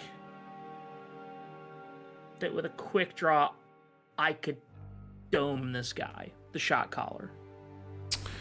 Yes, or would but I need to do a seek for that? no, I was just motive. He's ready to shoot the Grimfire, which is going to cave in aside of the plateau here, right? Pretty confident it's going to incredibly hurt you guys or kill you to an extent. Grimfire usually does that. I think that you're pretty confident. I hate to say this, these guys are made to take hostages and whatnot, right? Like, this is their whole MO. They're scumbags. These guys know what to look for arrows, for anything like that, and they will pull their hostage in the way. You could shoot, but part of that's probably going to hit Rumble. Unless you roll something high. He's going to use Rumble as a shield.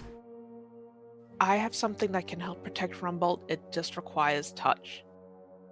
And I believe mine are currently chambered with non-elemental, which means there's no splash. Because that was a concern in the last battle. Yeah, I mean, Rahima, if you've got a plan, I'll go for it. My idea was to try and offer a trade to get him to walk away far enough, but that's... That actually, no, that works better. That's probably better, yeah. They want both is the problem. Yeah. So that might not work. If you have a plan to help him up close, I think that is probably the smarter move. Could I offer something? Like above table? This is above table, we're debating this. Could I offer that Anisetta give herself up because she would say, hey, Garrett will probably want to speak to me, considering he slit my throat? I'm happy to do that, and I'm also happy to sweeten the pot. Like, and Rahima will come with me if you give Rumble. It's up to you, Mara. Did you have something else in mind? Besides my original plan? No. Unless Radiar's got some super awesome secret fucking kill everybody in a certain radius bullshit, I really got nothing. What was your original plan, though? Well, my original plan was to be like, Oh yeah, you know, we got all the treasure that we gathered in like a cart just inside. Go step in. And then they all die, because none of them have been judged. I see. Shattering Gem's very good. It has a 50-50 chance of failing. Exactly, and that's why I'm like, I would prefer to try and get Rumble away first. It will also protect only exactly 5 damage. All the remaining damage goes to the creature. So you gotta rely on the damage being negated to an extent. Rumbolt has his hands bound behind his back. His things have been taken from him. And he is being held by a horn, basically. It's a tough situation. They're calling you forward, Rahima. You could do this. You could move forward, maybe cast Shattering Gem on him. I will forewarn you that is a Concentrate Manipulate Primal spell, and it is very obvious when it's done, so it'd be an initiative roll. If you made me a Thievery, I might be willing to let you pull it off without a initiative. I think we try Anisetta's plan first, though I think Anisetta should be the one to offer it up because I have +0 to my anything in charisma. So please. I've got really good charisma. So yeah, are we settled on that then? I think so. And have a backup plan. Really quick, Itemera. Yeah. As a question. Yeah. If Rahima's gonna go forward, can I slip her this very subtly? Either for her or for Rumble. Yes, they're bracelets, so they can just be slipped off with an action and give it to somebody else as an action. You can give me a Thievery to, like, palm it. You can do the palm an object to Rahima to see if they see it. Perfect. Actions? Can this be done while Anisetta is making her offer as to help with the difficulty? Yes. Yeah. If you want me to verbally... Yeah. Do you take a step forward? Yeah, Oh, go on. Sorry, Mara. Sorry, I was just gonna say, I'll use a hero point to make that a success. That is a success. You just rolled against Rahima. Yeah, so that's what I was doing. Sorry, the palm an object, it targets the enemy because it's their perception that, like, you have to go against. Yeah, so it would have been against the... It would have been against... a success. It is a success. Perfect, okay. But I will still see Anisetta's thing, and I will be giving a seek to the 50 or so. To be clear, the token's only that big. This is a troop. This is a miniature army 50. here. 50 people. I think Anisetta would say, well, how about this? Garrett will probably want to speak to me considering he personally slit my throat about 9 years ago. So, how about we trade? I'll walk over. You give us the man. Sure.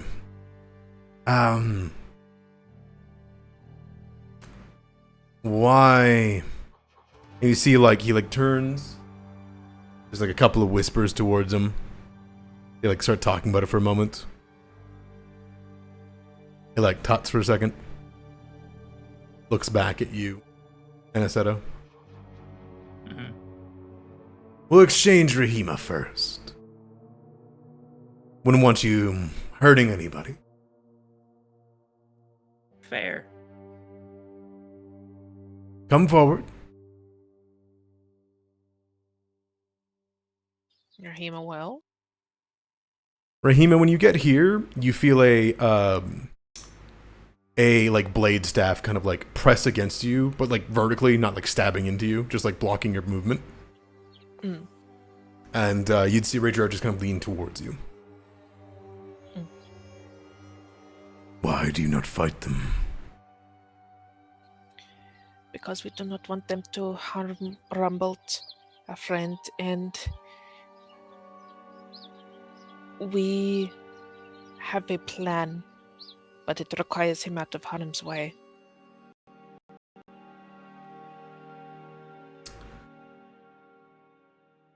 There's a pause, a thought that runs through his mind. You care for this man. She nods.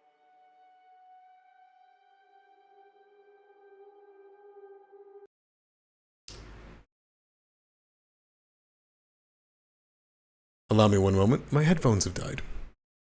Oh no. That is Oh, a no. really unfortunate moment. Oh, We are Radio's also, really thinking. Yeah, we are also at in the half. Do middle we of- want to do a quick break and bio break Take- and have a quick discussion? That might be. I think that's the play. By died, I mean that the audio input is not registering it anymore. Itemare can't hear us because his headphones died.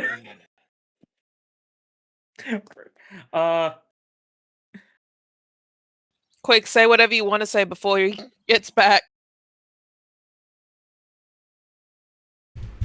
I'm gonna touch Pee pee Ragiar's poo poo. Bahanga Gongaroos. Yeah, Slap that's his that's ass. yeah, that's why he was able to fit all that in his chest cavity. It was actually between his boobs. Yeah, exactly. Just a I boing. thought you were about to say it was up his ass. It could be two things. Well, he does have two things, so He does. Yeah. he has two things. I put it inside chat. Hopefully, Adamara notices it.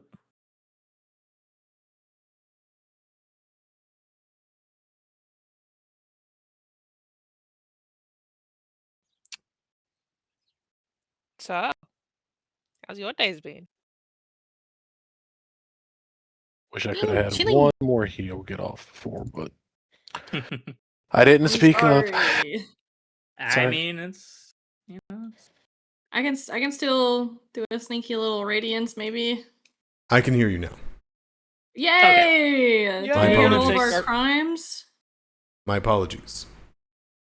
Take those Well, no, hell yeah. I did not. What did you say, Rahima, to Radriar?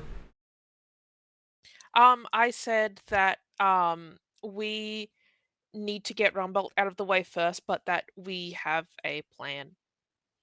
Yeah. That's why I'm not fighting them. Okay. He will look at you, think on it, and say, if you fear death, you will not win this fight. They are playing on your fear of loss.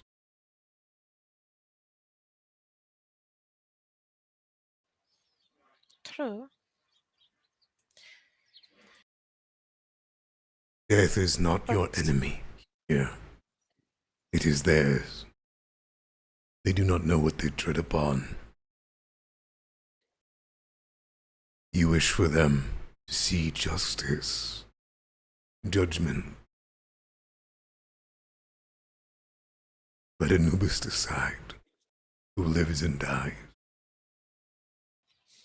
Rahima nods. That was along the lines of my plan. Don't worry. We are not planning on fighting them. He looks curiously. If we can goad them into going into the temple, then that is two birds with one stone. Well, not two birds, but you get what I mean. You will only anger them. The Pharaoh's curse takes a week. True.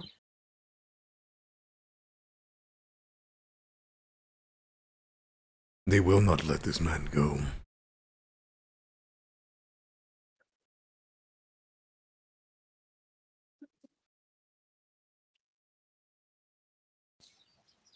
We are in a losing situation, aren't we? You are not. Death is on your side. He says death is on our side. I'm sorry, Adamara. What is he referring to? Or is this just... He's just being religious. That's weird Right, as hell. right. Yeah. I see. Yeah. Okay, all right. He seems to have meaning in his words, and obviously he is a creature of power, but he's saying, as he said, let Anubis decide who lives and dies in this fight in the manner of which, if you're afraid to lose this guy, you're going to lose more than that. He's saying to just kill them. Fight them. If they're playing on your fears, don't let them. Come at them full strength. That's what he's saying. Right. Bro, but if Rumbolt dies, then I'm gonna have to fight Radriar. Then I'm gonna die. Rahima simply shakes her head and she says, on some level, I do agree with you. I am not afraid to die, but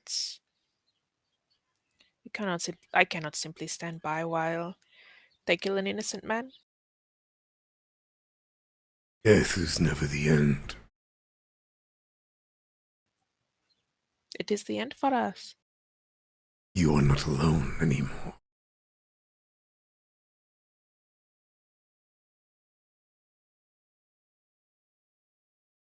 You about to make me start crying, goddamn.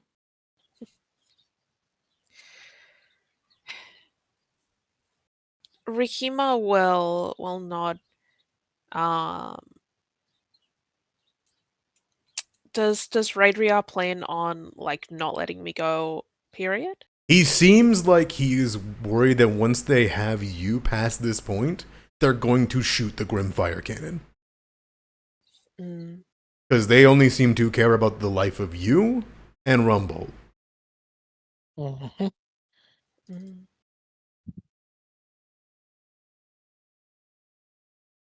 All right. I think this is where we should take 15 and have a quick discussion. I was just about to say that. Yeah. I'm okay with that, but there is no good answer here. But if you have sicked Raidriar in them, Mara, if you wish to go for this, he is clearly saying things with confidence. It is up to you all. Yeah, I would just like the time of over the break to talk about it, if that's okay. Sure. Yeah, I'm okay with that. I'm good with that. Yeah, All right, we'll take 15 minutes. And I'm going to fix whatever's going on, because I can't hear everything in the foundry anymore. I'm so sorry for that breaking of it. Probably already be past this if I wasn't stuck for like 2 minutes in audio jail. I'll be right back. No, you're okay. So good.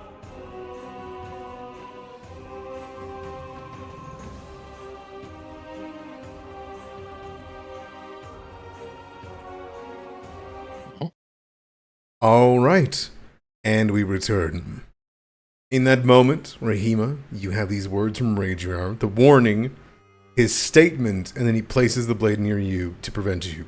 You see the shot caller looking annoyed at the creature, and he shouts beyond you to like Arano and Mara, who seem to know how to speak to him, and are yelling at him to, hey, let him go, let him pass.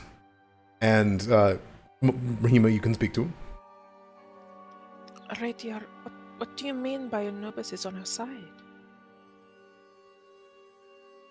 There's like a difficulty in the language for a moment before he says, Death is on our side. Your gestures with his mask and like forward. will not die unhonorably. Before his time, I will see to it.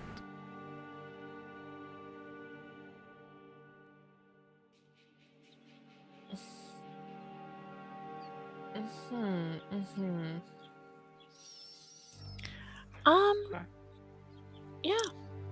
I think Rahima will nod. Is there like a sense motive I can do Yeah. on his words? Absolutely. Yay. You can seek or sense motive. Either is there a better one here? Or They'll get you they're two both- different things. Oh, Yes, honey. nothing.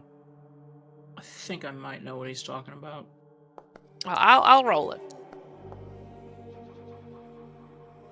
There is a confidence in his words and a disgust in his eyes. Raedriar does not have a loyalty to Rumbold, right? Mhm. But he has seen the deprivations of the enemies of the Nubian Empire.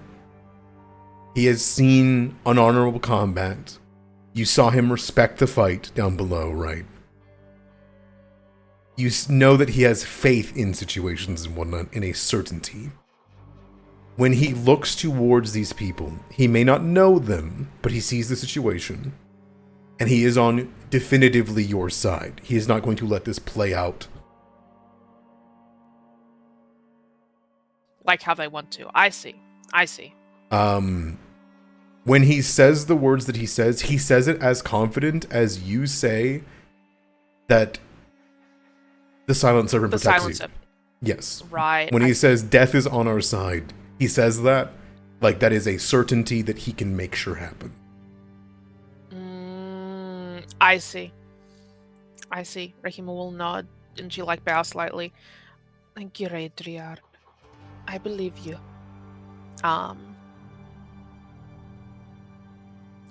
And Rahima will keep going unless either of them want to act first.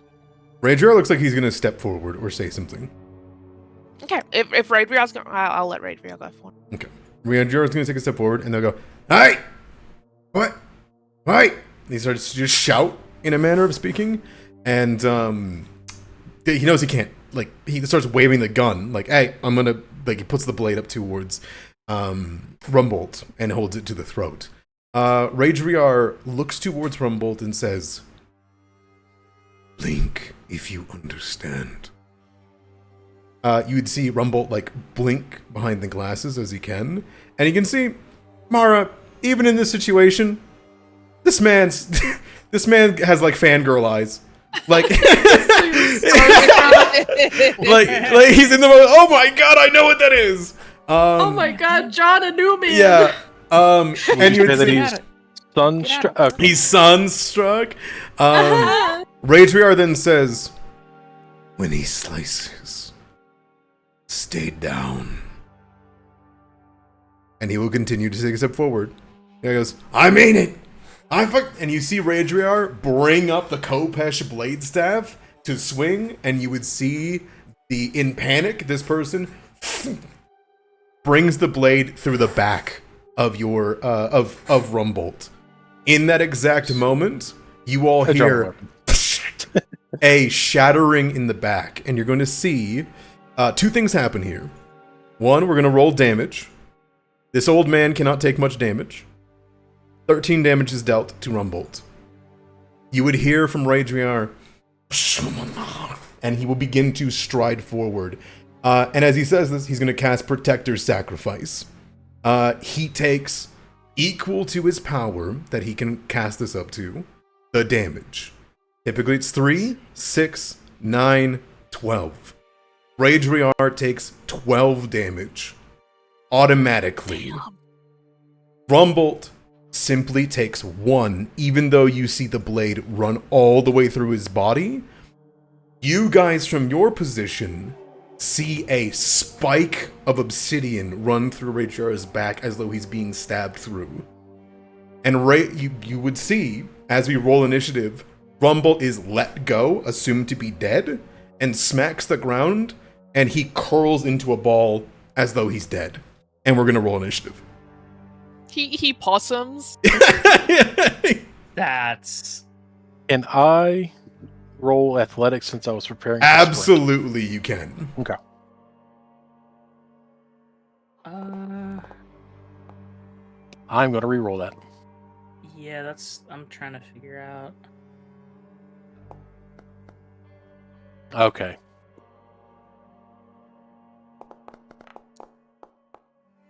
Damn. Ray was just like, I'll let him do this. I bet that was harrowing. I bet that was scary.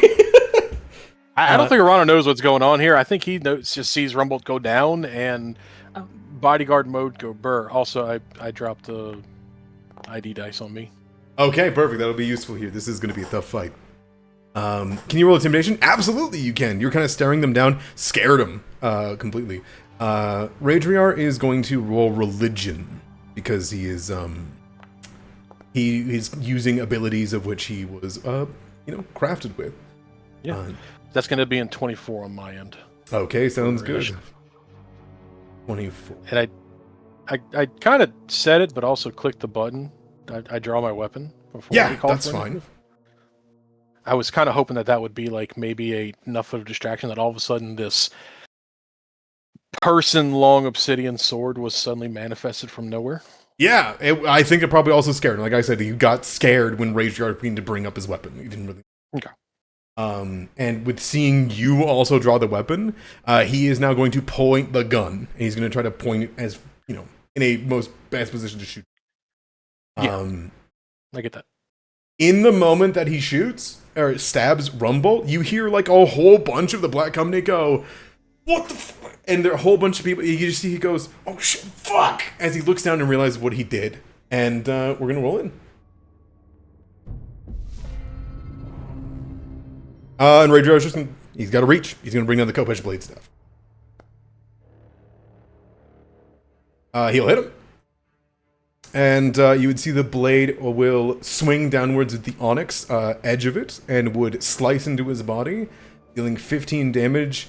And you would watch as a sickening mark begins to grow from the blade. You would see that there is a spreading darkness and decay that begins to run through, as Ragear's weapons do 1d6 persistent void damage. And he will swing again.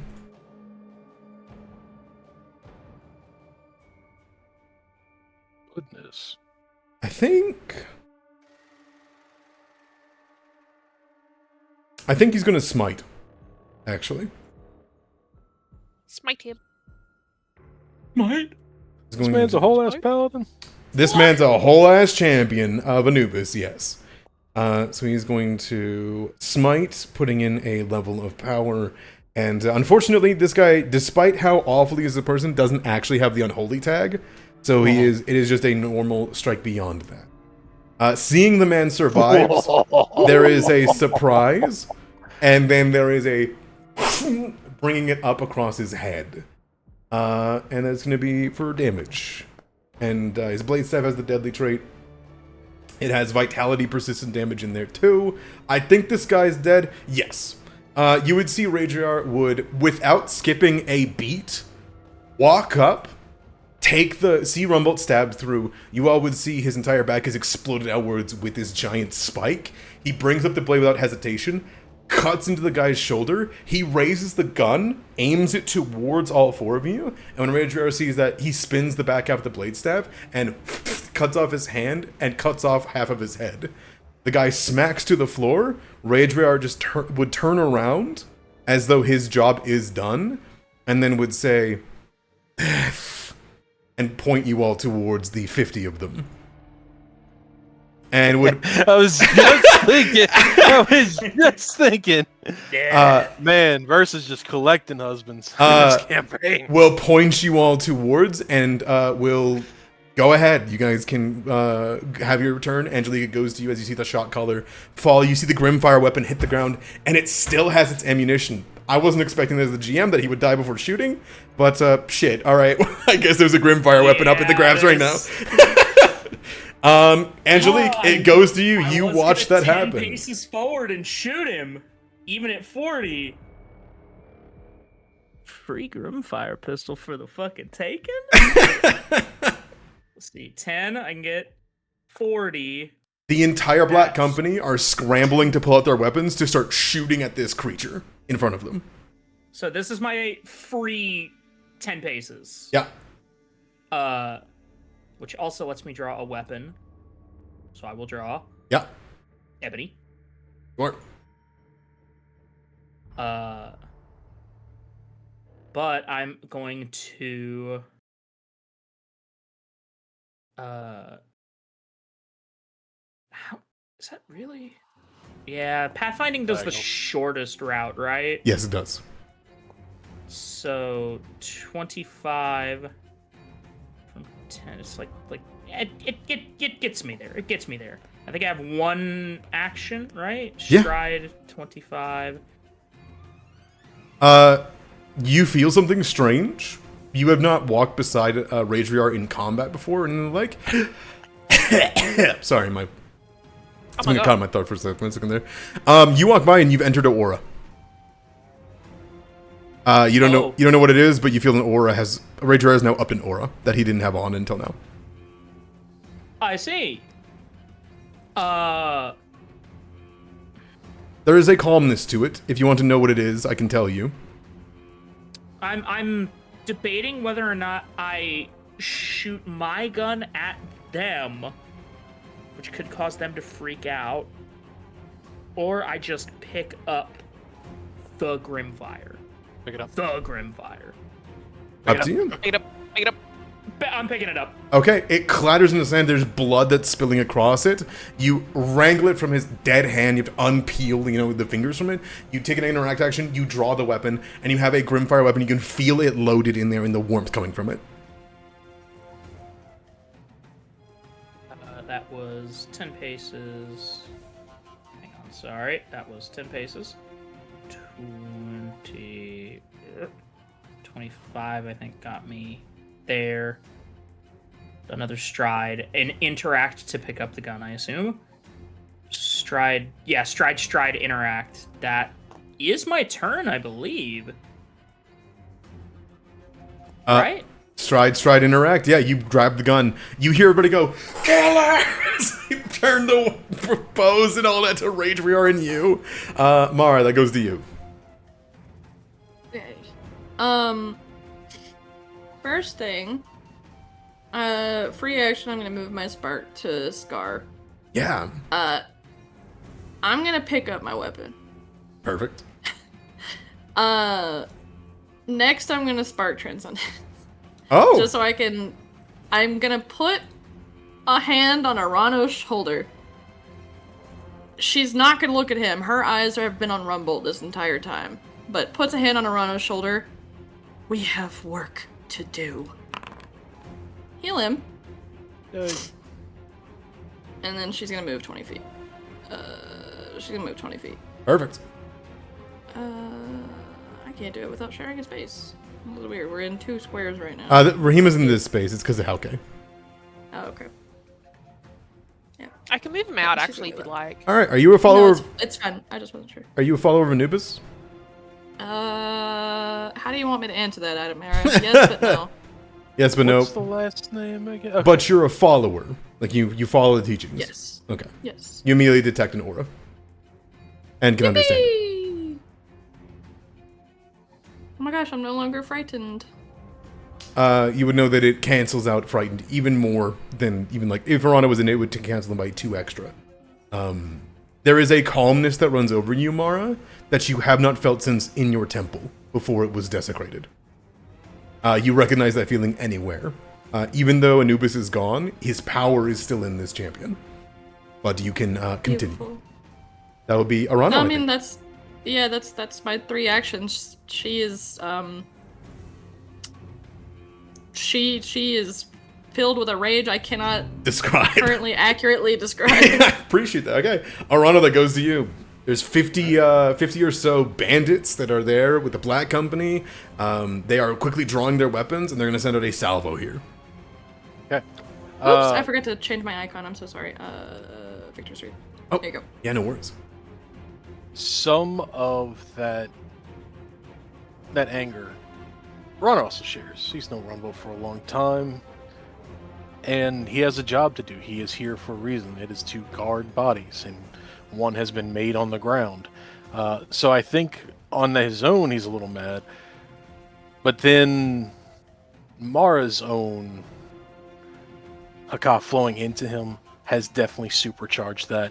And in response, the Eye of Progress blazes across his chest as he bolts with supernatural speed to right here for 1 action. And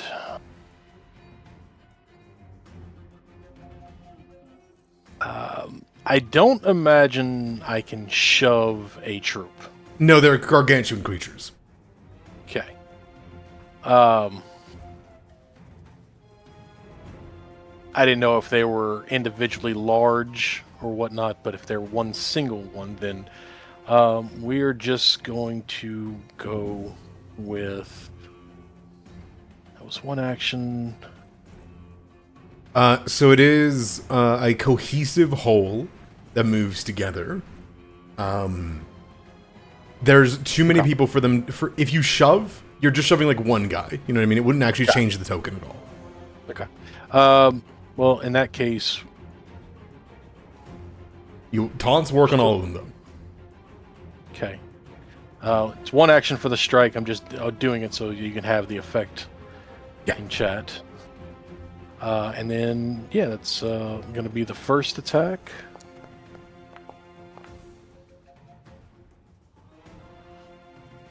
All right, that is a hit. As we start hewing men.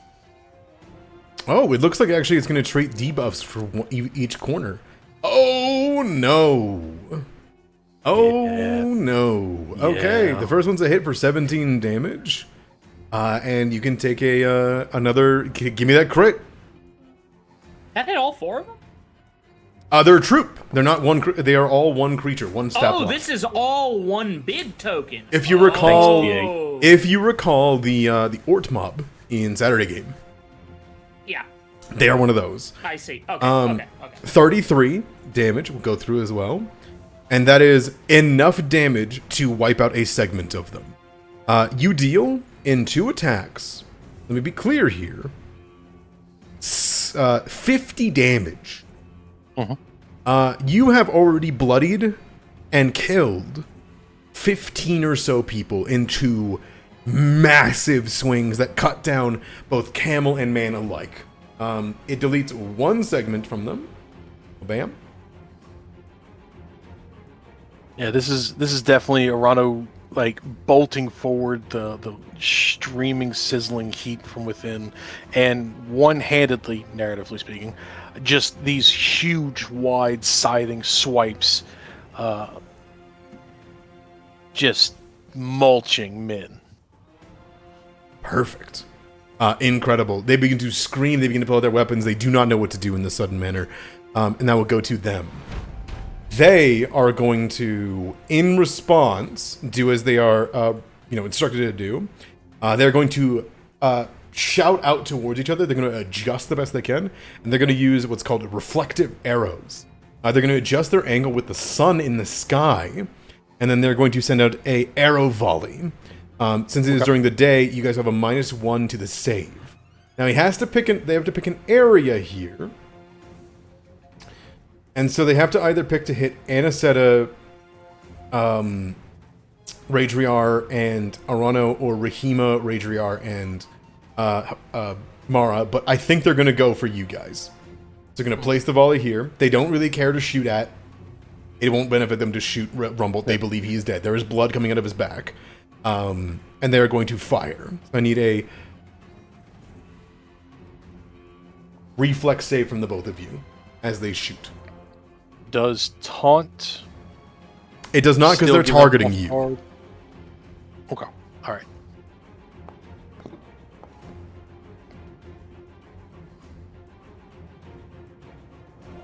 Doesn't include you. Okay. Basic reflex. Yeah. I'm gonna re-roll that.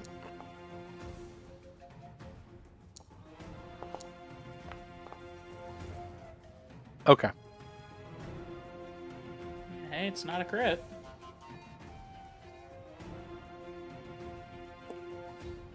All right. You're going to take 9 damage. Angelique, you're going to take 4. They rolled really bad. Okay. You're all good. All right. Perfect. Let's see. The fuck was that?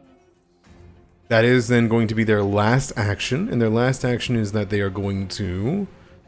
I think they're going to... I don't think they would flee here. They don't want you guys to...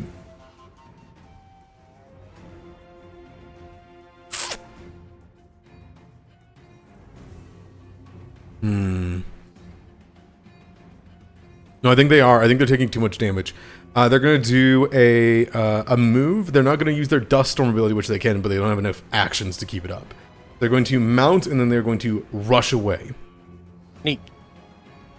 I don't know how well this is going to work, but we're going to do this. Go for it.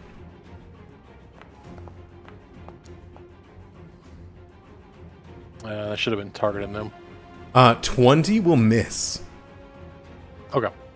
They are going to rush away to here. Running towards deeper into the desert. They are turning around with their short bows and continuing to fire as they do so. It is going to go to Rahima, and they begin to shout out, and you would see a bunch of them begin to reach down and blow on horns. Rahima, that goes to you. This might be real, like a really strange thing to do. So you can tell me if this will not work. Sure. I could summon a hiss beetle. A hiss beetle can make a really loud and dissonant noise. Would that disrupt them trying to call for backup or doing anything with their horns? I think that's cool enough that I'll let you try. Thank you. Here, I'll populate the unnerving here. Sure. With enough weird animals around here, I mean, unnerving his history doesn't run by innocence. They can do detonation 20 feet. I think that's loud enough. Yeah. Okay. Go ahead and use your summon animal, and in doing so, I'm going to bring out the hiss beetle. Who doesn't have arts? Unfortunately, it doesn't. So it's But just we're gonna gonna be bring a little guy. A flash beetle. Hiya! They look exactly like them, but instead of bioluminescence, they got a giant back that's like ready to make a loud hissing sound. So big beetle. Oh, my scarab. Little guy. Want to be right here? Yeah, he can be like right there, yeah. Alright, summoning him, he will then let out a screech. And I'll make a will save versus your spell save DC for the other camel core who is close by. 20. Oh no, clutch. Okay, what's your It's 20. Damn. No, that's okay. You are going to delay them. Okay. You are delaying that. You're sowing confusion, basically. Right. You're not going to completely shut them out from joining, but you do begin to let out weird sounds that begin to interrupt and blow over the sounds of the horns. And thanks to that, you are going to delay their reinforcements, and they might even decide it's not even worth it to come up if everything's gone really bad. Oh, I should have summoned a Troodon. Oh well. If they do anything to this beetle, I can do that. Excellent. And it is 3 actions to summon an animal. oh, that's right. You're right. Yeah, I thought it was 2. No, it's okay. It's a full turn. I assume you just have the hiss beetle doing the screech. Yep. Is it? Oh, it's only once per round. This hiss beetle can do something else if you want. They got one more action. They can bite some poor bastard. I don't know. Yeah, you know what? It'll bite some. Bite some guy. Yeah, bite some guy. It'll be tough to do it. Like, But It can bite one man. like Forge is locking up. I don't know if you can see my cursor, but like nothing is I see working it. right now. okay. Okay, I'm back. Okay. Cool. Cool. my But this scarab. beetle got my scarab. We'll try to strike.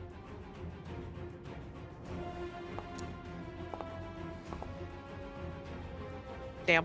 Roll me damage. I'm just curious. You like I do. You do get it on somebody. It's just not an important person like on a camel. He got a little nip. Yeah, someone lets out a you know, running away. It'll go to Rage Rage passes. He has done what he is tasked to do. Angelique, it goes to you. Angelique, I assume, recognizes that horn as calling for backup. Oh, absolutely. You know that there's likely more reinforcements encamped a little bit distance away.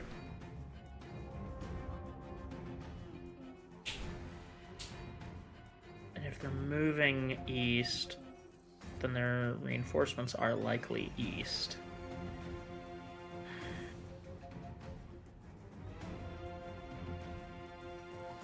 For the moment, she needs to move anyway. So I think she's just gonna move here. Hiya. You know what? I don't. This is to be clear. Oh, so I have the other Grimfire pistol, right? The big one. Yes. Okay.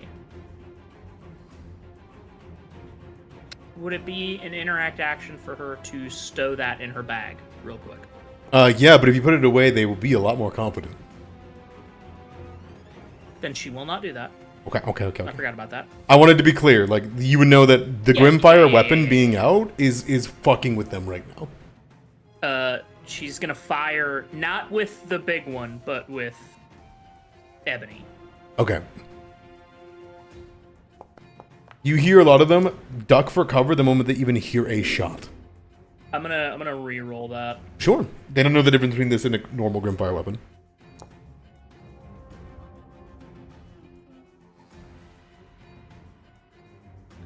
Damage. Hiya. Alright, that's going to be 9 damage to them as you can knock one of their heads off as you get a headshot of one of the leading groups. The camel peels off. And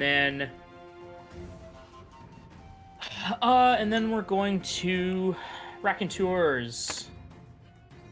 See that demoralize. Huh? Let me see that demoralize. It popped up with ammunition select. I'm not going to do that. I'm going to next chamber it instead. But Yeah. I will demoralize. Hiya! Alright, you will frighten one. Mm-hmm.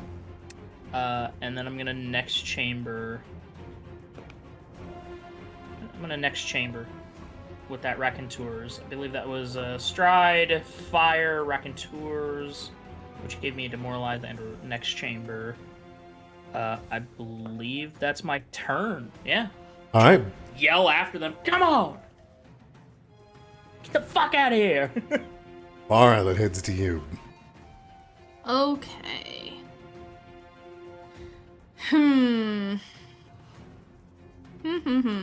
Well, I have just enough movement speed to be within reach. So we're gonna try our best. Did you guys know that this fight was supposed to be a higher difficulty than the Sunstruck? No Where's way. wild? I can absolutely believe it. Hey, look at the frighten. Yippee! Well done, Angelique. I'm doing my big smile at you. 16 damage. You, can you describe me, how you're coming up? Because you're going to take out an entire section of them in, this swing. Hell yeah. Mara is so beyond, furious that as soon as she sees that they're gonna turn tail and run, she is, full sprint in full plate and absolutely spears through, one of the guys, on the camels. And I imagine just kind of, knocks him over into the rest of them in, a fucked up domino effect. Absolutely. It takes the camel as it smacks into another, and they all begin to run over. Somebody gets trampled along the way as well. I have hit a motherfucker with another motherfucker, if you will. Put it that way. Yeah. And he's got one more action. I do. I cannot move and also hit again. So what I am gonna do, since I have this, and I don't think I have to do anything for it, I'm gonna spark transcendence. Nobody has a check that they need to redo, but just in case you do, you can do it. And I'm gonna heal clutch 10 HP. Yay! Clutch. Yeah, it wakes up. Oh god. And then I'm gonna swap to Barrow's Edge, and that is my turn. Clutch looks around, kind of sniffing, and begins to, hey, and then comes over and starts sniffing at and licking kind of at Arano. Kind of opens the jaw a little bit and then sees him twitch and then stops. Motherfucker, don't eat my dad! He's a big old lizard, you know? Hey, I don't care! He's about to be some big old shoes if he don't stop. Arano.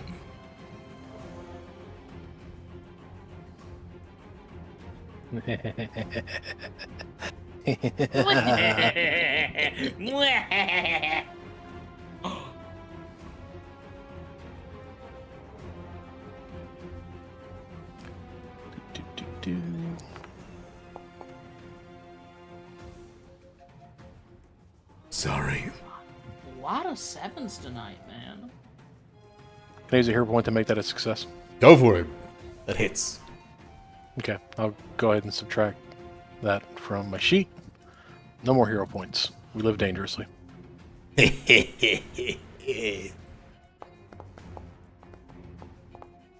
Good fucking roll. Yo! 18 damage Uh-huh. in one cleaving strike. How do you interrupt the front of them running, and then at the back half of them beginning to kind of collect, you can kill all of them? Because that is enough to wipe them out. There's this collection of chaos that has been spawned by this beetle popping into existence and doing this loud, dissonant buzz as they start spinning and twisting, as the camels start to buck and bray. Anisette has come by and started firing rounds, piercing through a couple of them, knocking a camel over. One runs off. There's confusion. Mara runs up, skewers through, and starts beating side by side to knock the body off of her Albert, to kill a few others. There's just this chaos as they're trying to fumble with arrows. Dust is kicking up, and Arano just runs through with one long dragging sweep, just one turn of the torso, just ripping through men and flesh and bone and metal. The Nomads Dragons begin to scream, they pull away, they begin to drag themselves into the grass, and then you turn and just... whether they're crushed or bodies are pushed over them, they all begin to scramble away before they are all in one long cut felled. Is that your turn?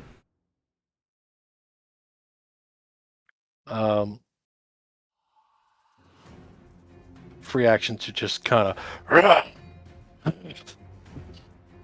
lick the blood off the bottoms. Like, we'll have to leave soon. This much blood in the sand is not good. Perfect. I think I'll go to Raheem. All right. Oh no, my memoration. Rahima, you do see in the distance sand begin to kick up. It's about like, I'd say 150 feet away from you guys, but camels can clear that amount in like very short amount. There's over like a small dune just like waiting. You think they're either still coming or they're coming to check. Rahima, okay, well first off, Rahima is going to continue to no, actually they probably do know that like something is up, and while it would be nice to not have to... No, I'll banish my summon animal. It would be nice to talk. Not over the dissonant buzz of this beetle. You are going to remove it? Yeah, I think so. So not sustaining that anymore. I'm going to run over to Rumbolt. I'll say, Rumbolt. Okay, so he's still alive. He's very much still alive. You see that there's blood coming out of his back, but it's the amount of blood that comes from one hit point. It's a boo-boo, I see. But at a glance, like okay, this is the quarter of the HP that should have killed him whenever he was before the Apex at Temple. He looks like he can take a lot more damage as he like begins to get up and like look up, and he looks up at you and he goes, Rahima, is everything all right? Are you all safe? Yes, but we need to get going. The rest of them look like they are coming. Thank you, Raedriar. She'll turn to him. There is simply a nod. Before it goes to Raedriar. Raedriar looks forward as you guys kind of are finishing off the rest of them and just says in a Nubian, "You will not outrun them. They will be here in a moment." And he will stand kind of here in a way that it's going to be difficult for them to see Rumbold and you. He seems to be like kind of keeping a good spot for like the protective auras that he has. And that will pass to Angelique. Mm-hmm. You have this round. They're going to come. They're going to enter initiative and be on the side of the map right here at the end of this round. Cool. This a ridge? Yes. Cool. I think Anisetta would look at Mara and Arano. You want to see Black Company MO? You about to feel it. Set up ambush positions on this ridge. I'm gonna go up there and snipe. like she means for you guys to hide, like try to hide amongst the brush. She's like, we're gonna ambush these fuckers. And then she is going to book it to up. How high up is this ridge? It goes up 10 feet. Okay. Doesn't have any involvement on the movement. Yeah, 50 feet up to here. Mm-hmm. And then I don't know if I need the big Grimfire pistol in my like inventory or anything, but she will definitely shoulder it and get ready. I wonder if I can just drag over the action from the other guy. Let me try. Give me the what? Sorry? Yep, I did. Check out the in your actions tab.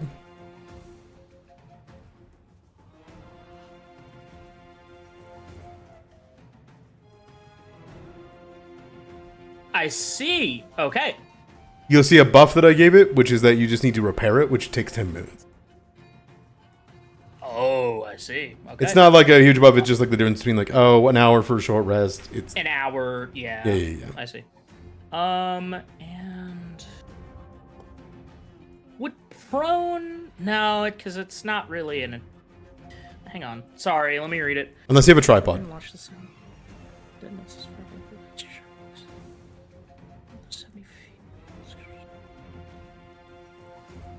Okay. Then I'm just going to. I think I'll just take the opportunity to load a.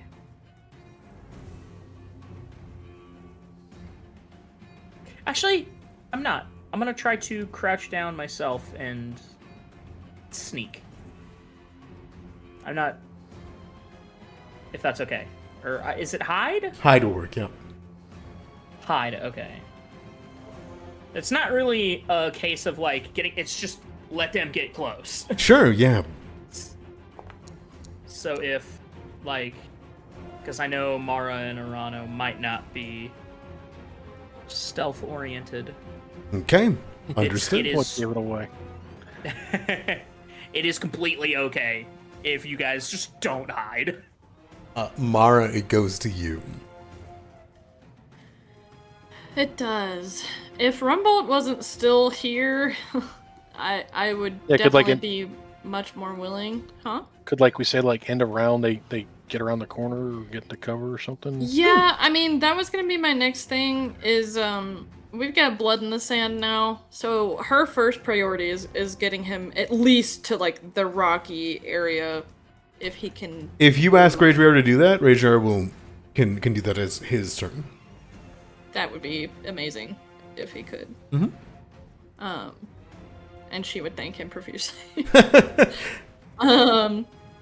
So if that's his turn, and doesn't count for any of my actions, then, yeah, I think I would hide. I am gonna use one action to shift Eminence back to Victor's Wreath, just to give us that little bit of extra oomph. And then let's see. Oh, good heavens. 20 feet. Yes, sorry. And 40 feet. That way, I just barely give Anisetta the +1. And she will try to be as discreet as possible. Kind of duck down, let the glow be a curiosity rather than like an obvious threat. Yeah. Perfect. Arano. All right.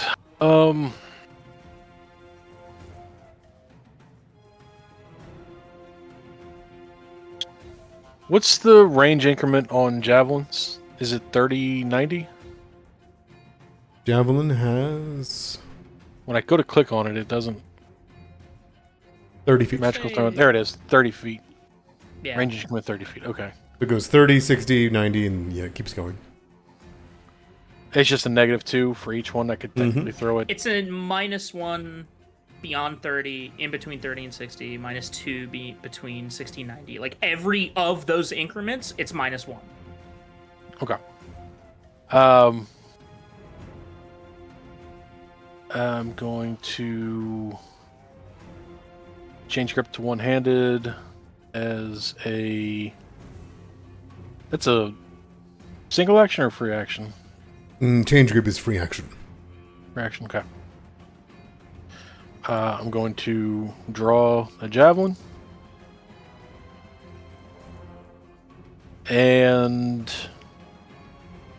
would standing behind this rock give me any form of cover? Yes, but they do volleys, so I'll give you some reflex save bonus.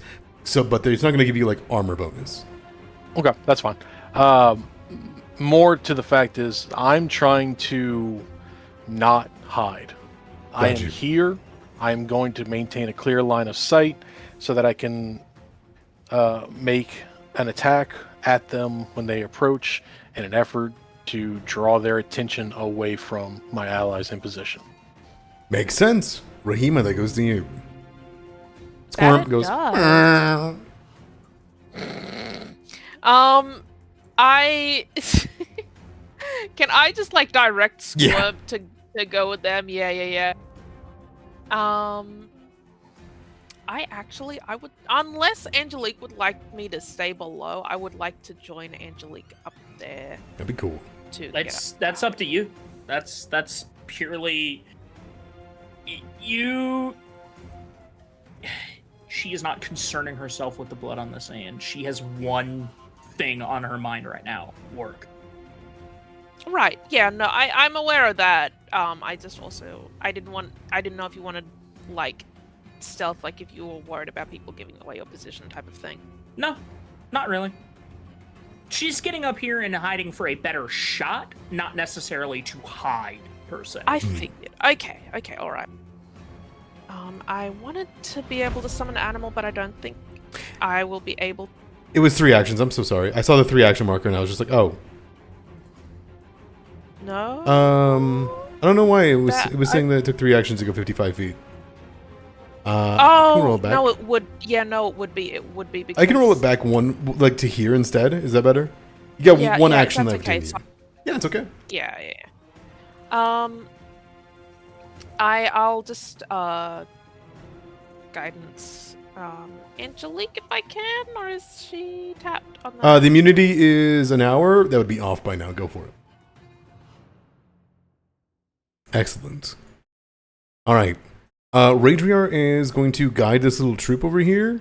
Not through the doorway, but like duck them to cover here. Has Squirt been judged?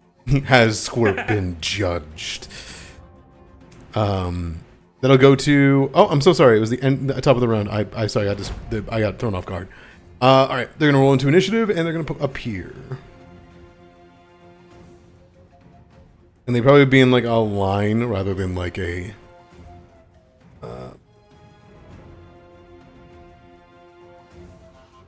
A grouping. There we go. All right, and they're gonna roll initiative. Because as they turn the dune, they keep riding because they only see like bodies. They only see dead people. You know what I mean? They have no idea what's actually happened. They begin to hear as they're like blowing on the horns and waiting for responses. They go up above and they just see 50 dead people, camels running off in the distance. They don't see their shot caller and hear them going, "Jeremy! Jeremy!" As they begin to like shout out like in as far as they can. And they're going, "Oh, there's a Grimfire." And then they look over and see Arano, and then they point at you with blades. It goes to you, Angelique. Well, that's a damn shame for them. All right, do you just pop up and shoot? Yeah. I think she pops up, yells something in Empyrean, and fireball. All right. I don't know how to place this. No, that is okay. It will do as it wills. Where? Just give me a point. Just right in the middle of them. Right in the fucking middle of them. There is a tunk, from a shot that comes out. Immediately, the Grimfire in your hand overheats and begins to melt and explode outwards. It is a sound that you recognize, Arano, from really bad times. There is a arcing that you begin to see of like this little white light before it lands beside somebody. You see they look, and all of them have like this face of horror before it finally explodes in front of their faces. So it's going to be a reflex save, and the DC from a Grimfire weapon is DC 20. So they're going to make that roll.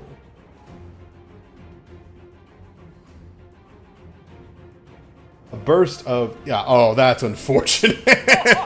Oh, that's unfortunate. That's unfortunate. All right, and I'm going to give them a minus because they did not see you coming.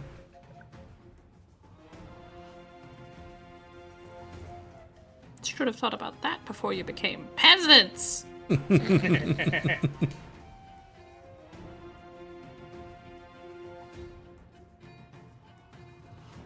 Okay. That is On the dot. exactly a 20. Would there be any other circumstance bonus here? Kind of thinking. Wait, didn't you say it was a -1 because I didn't see it coming? You're right. Okay. So there is a -1, so they didn't see it coming. To be exactly a 19. They do not see it in time, and it will explode. I'm gonna roll the damage unless you want to roll me 6d6 damage. I would love to personally roll 66 for you. Okay. So it'll be 20 damage. They have area damage weakness. So Ooh. they're going to take 30 damage instead. You wipe out the middle of the front of their troop and more. They are immediately injured, and Grimfire works very well in this situation. This is a group of 50 people. Most of them take the brunt. You know, the ground begins to like splinter down as it melts around them. The camels all immediately begin to scream, and with the explosion of it, do you say anything as they turn the corner?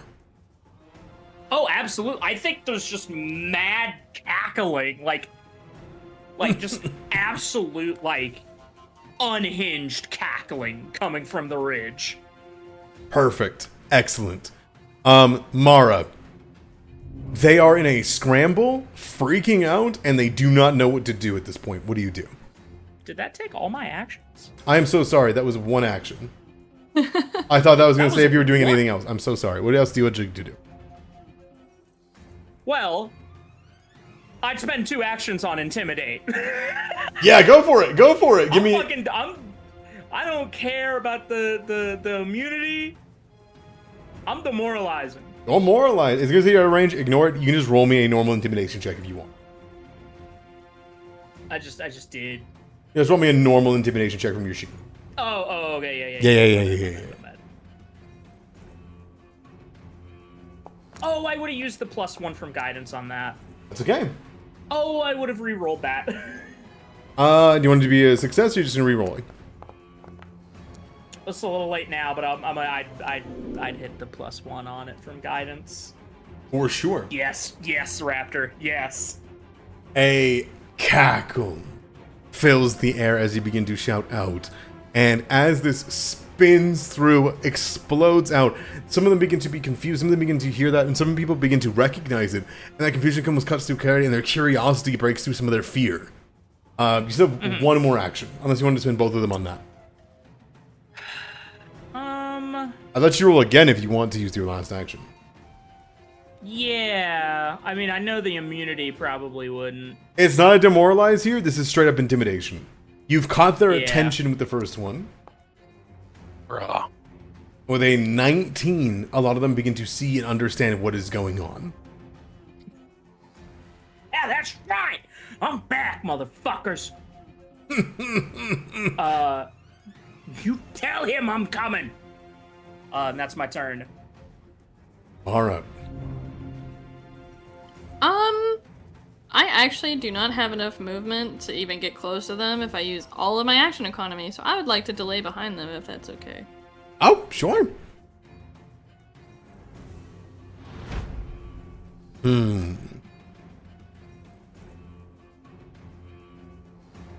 They're a bunch of cowards.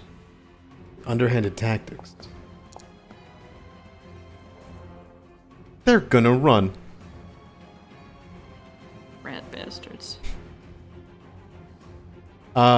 You would see they see the entire half of their troop already dead. Rimfire has been shot at them. They know what that means. They know that that means that their leader is dead, and they're going to flee for their lives. They're going to rush off into the desert as fast and as far as they can. They can go 105 feet per turn with the camels, and they ignore difficult terrain from the desert. So they are fast. If you guys want to make any parting blows or parting shots, you guys can let me know right now. I got No, it. I don't use my javelin. Okay.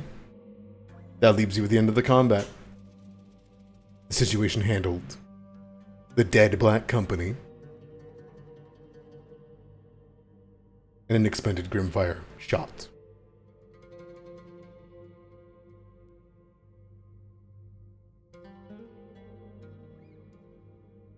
I am immediately going to my death.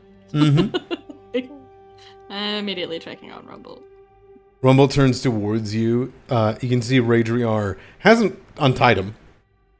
Or anything like that. But, he's just sitting behind him. As you move up, he moves up to, like, shoulder. It would be a hug if he could move his arms. You know what I mean? Like, he rose up to embrace you. She would free him. You just cut it off and do so. And the moment that happens, he wraps his arms around you and says, Oh, you're safe. I was so worried that I would have been the end of you. You're worried about me, old man. You got stabbed. It doesn't feel like anything. It was like a prick. he like feels his back and he draws up. He does drop up a little bit of blood, but it is nothing more than like a glancing blow would do on the side of a shoulder. I'm sorry. You would see Radriar kind of looks over towards you at seeing the wound. There's almost a little bit of surprise from him, and then you would hear him bow his head and apologize and say, I have weakened in my absence. She would look to him and shake her head. You saved his life. Thank you. Genuinely, thank you. He gives like a knowing like nod, and you see he seems a little bit confused by being thanked. There's like a okay, like a You've never been thanked for good customer service before? What the hell? Damn, those Nubians are rude as fuck. Yeah, for real. he almost seems to try to like usher himself away from like people talking to each other. You kind of get this feeling of which that he's not supposed to be like involved in conversations like this, even after he's done his job. I think, once Rumbold is freed from his binds and she's made sure he's like okay, she would gesture to Radriar, and look between the both. He's one of the Sunstruck, an actual breathing Sunstruck. I don't know if he's breathing. He might be dead. I don't know. Not the point. Yeah, okay, he's breathing.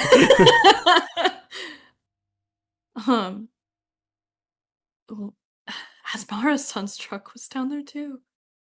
I wish you could have seen it.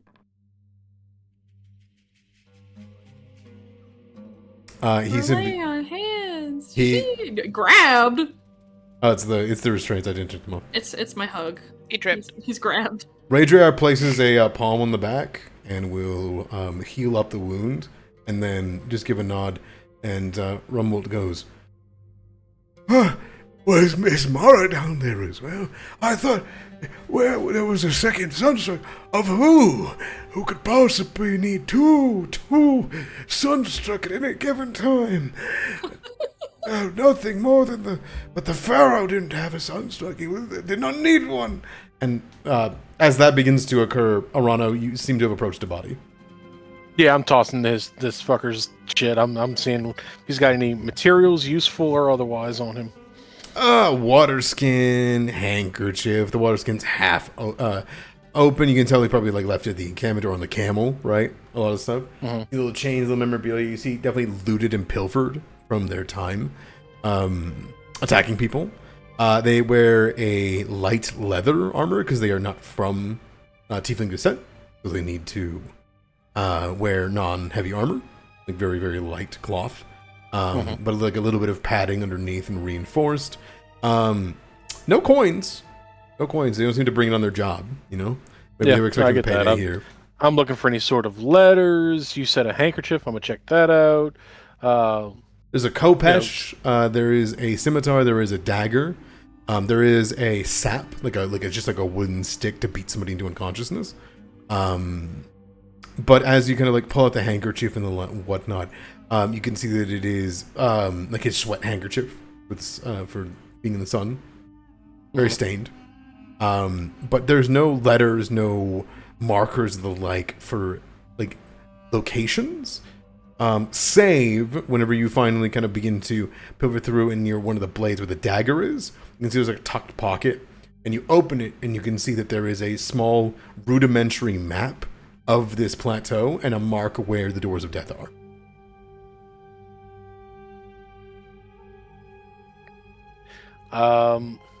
Okay.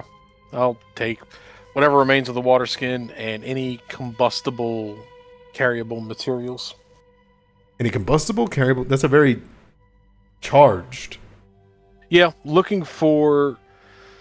there's not a lot of wood out in the desert normally, and sometimes you need something to start fires. So I'm looking for, just stuff. Yeah. Not necessarily things that are of worth, but, if he's got a little vial of oil or, if, like you said, there's a stick there, I'll take a stick because, again, we might need wood. Absolutely. Luckily, your instincts are kicking in very good here. You can see there's a lot of palm wraps and bandages and the like for replacements and whatnot because it's hard to treat wounds in the desert. But this guy would live relatively well, even though he's got half of his head. You guys are on the edge of the plateau, and so there is water sources around you, and some plant life that kind of climbs up the plateau to Ogrila.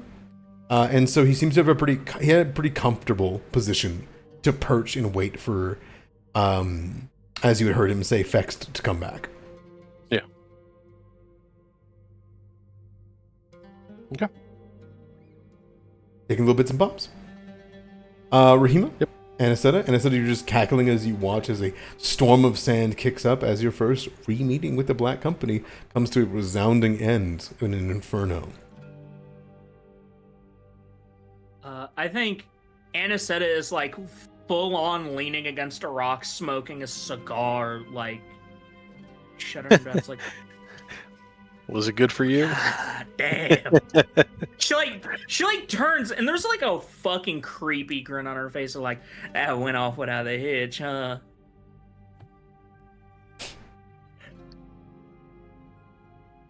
Oh, I think Rahima stepped away. No! No!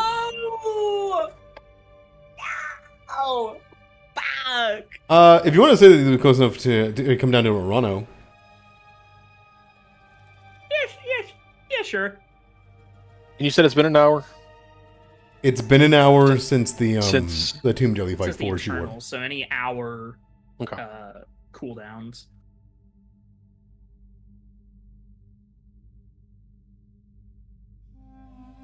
I think she'd come down, she'd walk up to you all fucking smug with a cigar in her mouth, carrying a partially melted Grimfire pistol. Just like, that went off without a fucking hitch, huh? Cigar in her mouth.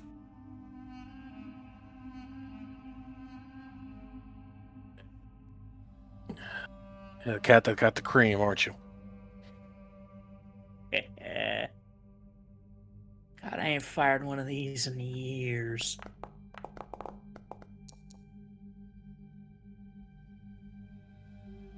Okay, No, some D8s. fucking D8s. That's always goddamn D8s. Also, why did it not add for robust health? That's weird. I was about to say, shouldn't there be a plus on that? Does that count for battle medicine? I mean, it's for treat wounds and battle medicine, yeah. Okay, I'll just manually add it. Whatever. Sure. Yeah, sounds good. Oh, okay. It automatically didn't show it on it the doesn't do it dice. on that. Yeah. It does it in response. Got it. Sure. What I is see, white okay. for? Hmm? What is white for? You are immune to battle medicine. Is what I had knocked down there for white. Okay, all right. I think it happened during the tomb jellies. But I'm willing to let it pass. It's fine. It's fine. It's fine. Well, you said it's been an hour, Battle medicine immunity is 24 hours. but I have Unless Robust you have the health. feet. Yeah. There you go. Okay, yeah, Then then you're it's fine. only an hour instead of a day. So now that marks there. Okay. Good. Okay. Understood. You have the tools to make that thing work again. I can repair it, but I'd have. Idamera. It's repairable, yes, but that doesn't mean I get the ammo back for it.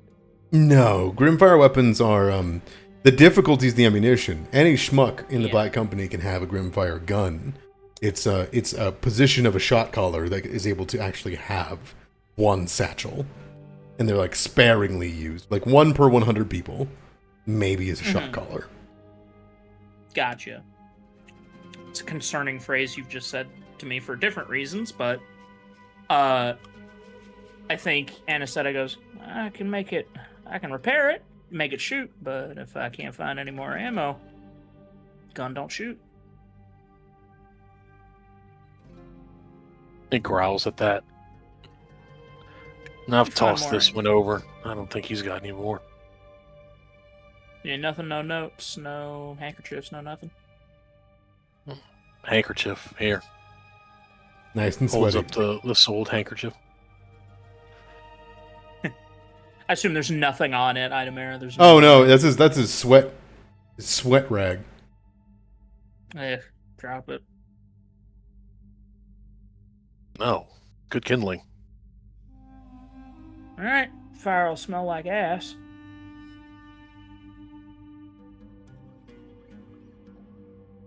This one isn't one on your list, is it? I think she'd turn around, give him a look. No, I think they said his name was Jeremy. That's not anyone. A few of them recognize me, but I didn't recognize. I mean, I recognized them, but not any of the specific ones I'm looking to extra kill. No. All right. You'll see if they're ready to move. I need to get out of here soon. Yeah. No, not orc. No, tiefling. Is what's happening in the corner. It's a long conversation. Tiefling. Tiefling. Yes, it's a How y'all doing? Oh, hello, and Anisetta is not an orc either, Radria. She's beaming. She's got a huge grin on her face. Nah, I don't know what the fuck I am. You had a plan. Yes, Hmm. I used to work with them. I was the second in command of the Black Company for a time. You betrayed them. They betrayed me 9 years ago when they killed me. Your heart is weightless. Oh, I don't know about that. But, fucking genie brought me back to life. Long story. Hmm. one has escaped. I think she kind of keys in on that.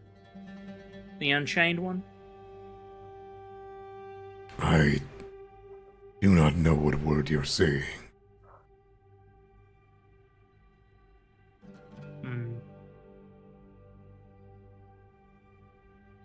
Not sure. You see Not sure Radriana how to... looks past you and then across the desert. Unsure what you're saying to him or what that means. Gotcha. And then would say, It is dead.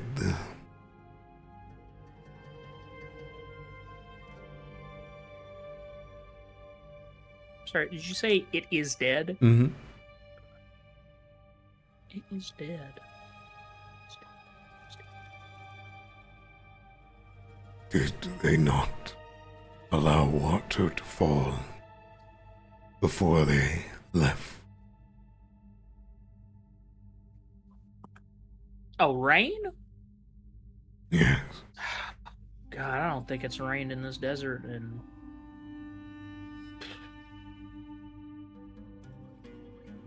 It was ages. by design. Set's paradise is a desert. There was a bound spirit. Its power restrained the weather.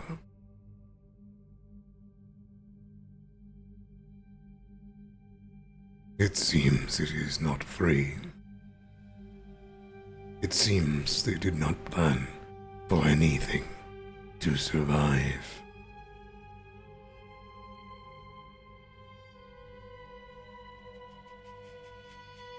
I think she looks at the spire, but she doesn't... Looks at the spire and then gives Mara a look.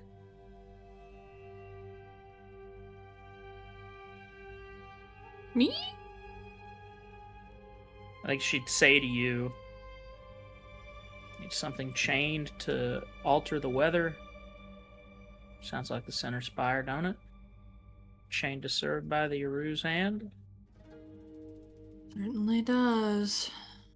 Above the crown of Tempest screams. The sand of nightmare dreams. Interesting.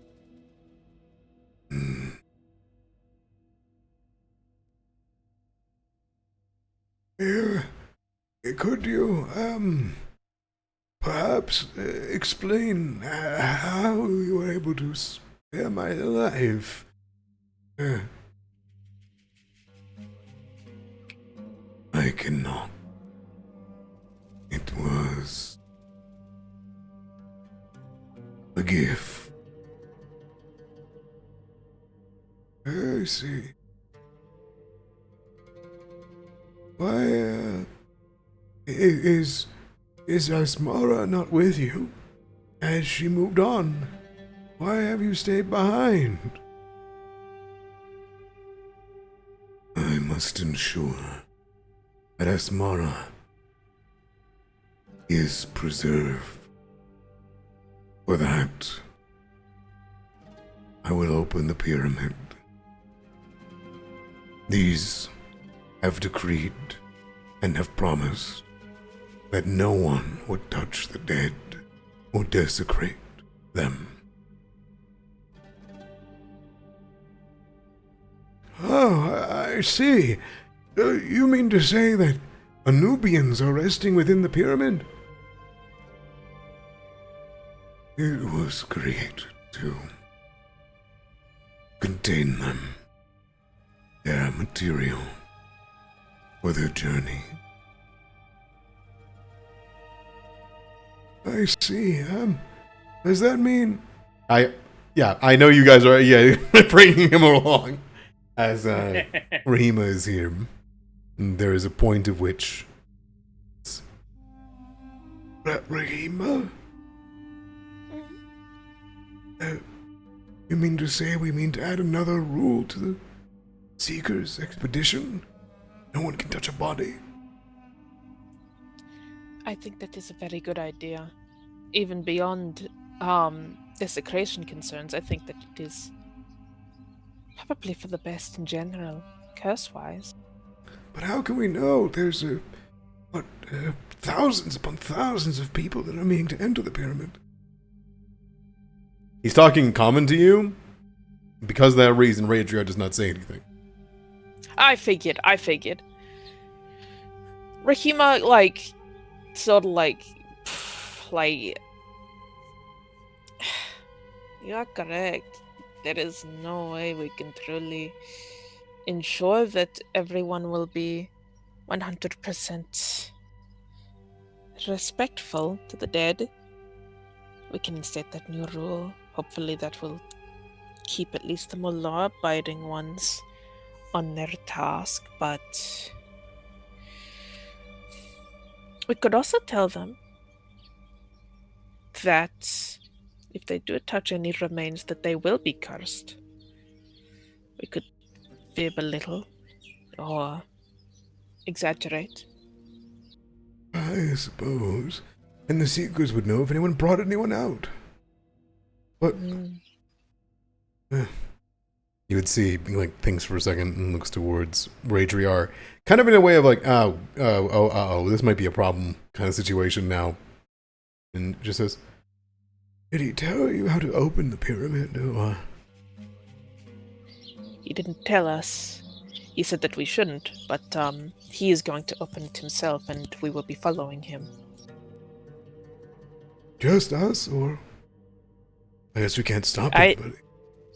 Yes, we can't. It's the same with him. He would prefer that we didn't, but we will be following him. So, unfortunately, I don't know if we can guarantee entry or non-entry regarding other people. Suppose he does not want to kill you, even though you're going against his will. No, I don't think he does.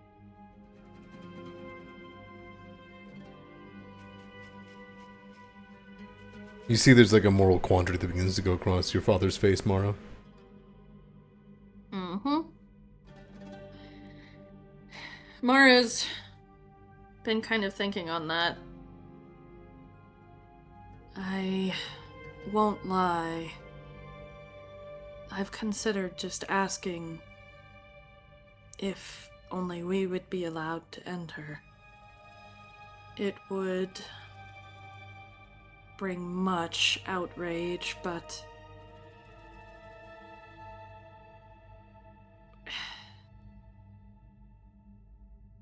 we have a living Sunstruck to guide us, to answer our questions. What treasure is more valuable?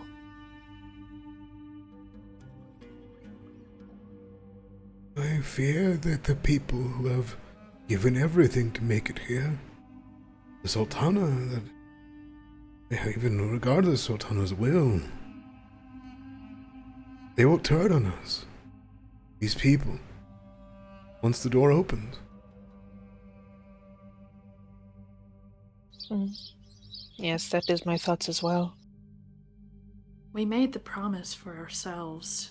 I can't guarantee what others will do.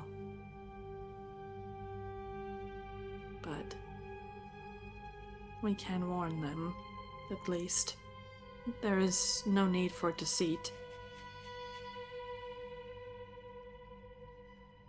Bar is pretty reasonable, and he will make it abundantly clear to all of these thrill seekers and adventure hunters, these tomb raiders, under no certain terms, it will be bad for everyone, and they will not make it home to sell these goods, to collect their gold, that there will be no auctions if they don't play by the rules. But Zavara is back at Cunnington Keep. Do we head back there, turn our direction?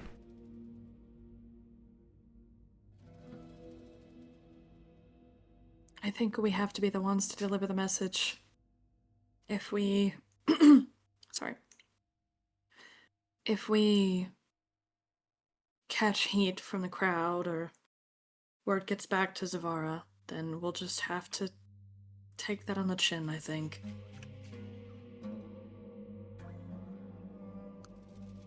Wait, Zavar's back at Quinniton Keep? I thought he went with the expedition. No, he stayed back with his daughter. What's alone? Yeah. Right.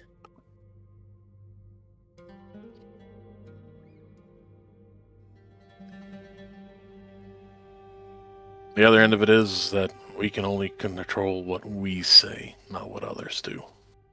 Yeah, like we did very specifically promise we would not, desecrate tombs or bodies or treasures, and we intend to uphold that. We cannot control people we don't know. And I'm not going to stop a Sunstrucker from exacting some precise handling of the terms if people get too greedy for their own good. Yeah, same. Yeah. I'm not fucking with you.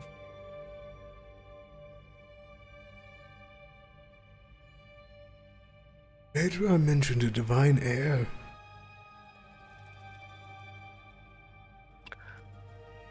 Yeah. About that. Do you think Masmara was able to make it to the pyramid at all? Rachar looks over. He knows that word, Asmar. He don't know other words in your tongue, but he looks over. He understands. Mara would attempt to translate what Rumbold said to him if she notices that he looked over. I do not believe prophecy would hold the power to even face off against Asmara with the Onyxian jar. She is a kind, benevolent Hierophant, the best of our people. But she wields death by Anubis's hand.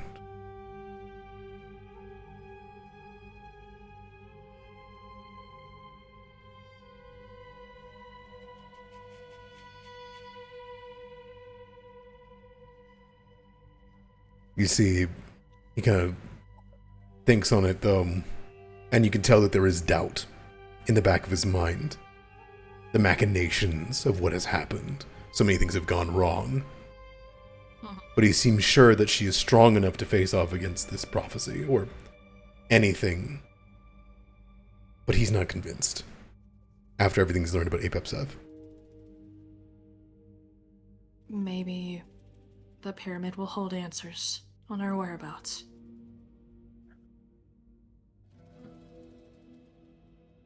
Yes.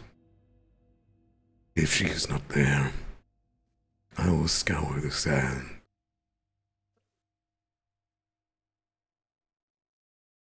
And then I wish to return to my home.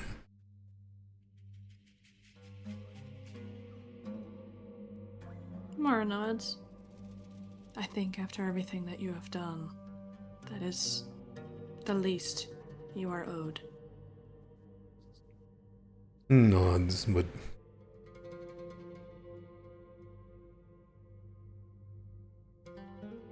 There are no more dragons. There will be no more of my kind. If it was a long time ago, you all fight with a fury that perhaps could have bound you in scale. But no longer.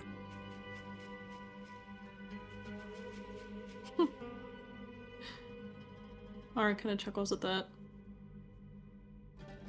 I don't think I'd be a very good dragon, but I think if somebody translates the "there are no more dragons," you'd see Anisetta give a head tilt of well, not say anything, but just kind of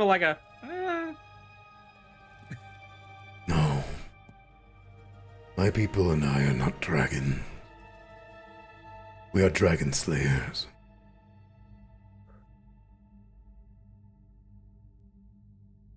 When we claim our kills, we entomb ourselves in their scale, and we are born anew with their power. Right. All right, that's just metal as hell. I just got That's that's cool as fuck. That's sick as fuck, yeah. badass, right? that's, think just, straight- that's just so cool. Straight to his face. Badass. You see he nods. Few ever made it. Few we were in number. But we had the power of a culture behind us. Many aspirants from all species.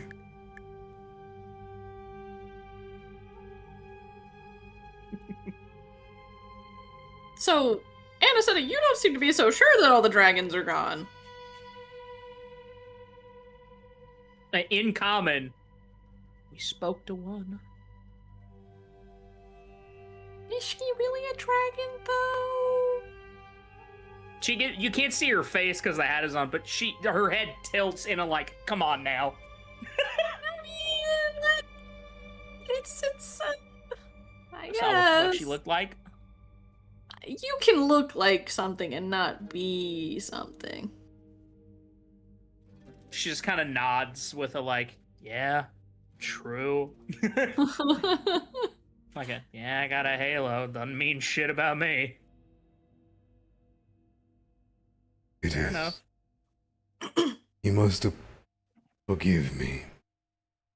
I have not been able to speak of my culture in a long time. Even when I was the sunstruck.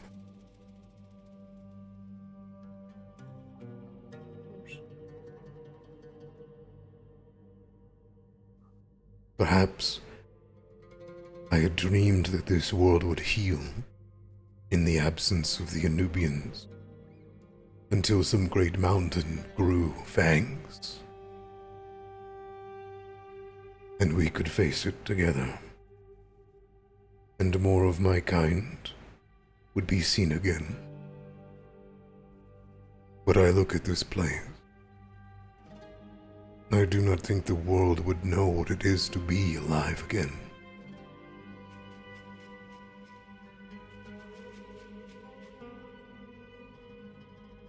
I think the definition may have changed since last time you were here. But if you saw how people live now, life is so much more precious in ways that I can't possibly explain. I think, despite the scars, it can still heal.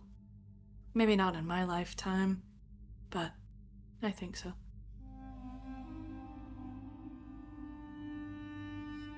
Then I will promise you this. If this world sees a dragon again, one who is without a reason, I will train your descendant, whatever is come of your bloodline, and attempt to show them the way.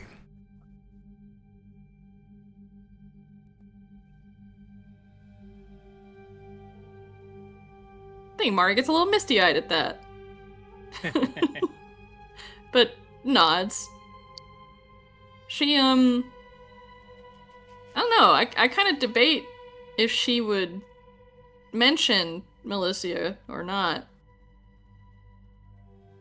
But I also feel like slaying Milicia might have adverse effects on Arano's situation, so... I don't know. Oh yeah, no. You can roll me a recall knowledge on something. I would love to do that. And I would use a hero point if it's bad, because I still have 3 of them. Go for it. Yeah, you're Can gonna I? go for it. Yeah, you can also roll. Could I as well? There's a thing that he said in his translation that might pick up on. I'd reroll if it was bad. It is bad for you as well, Anisetta.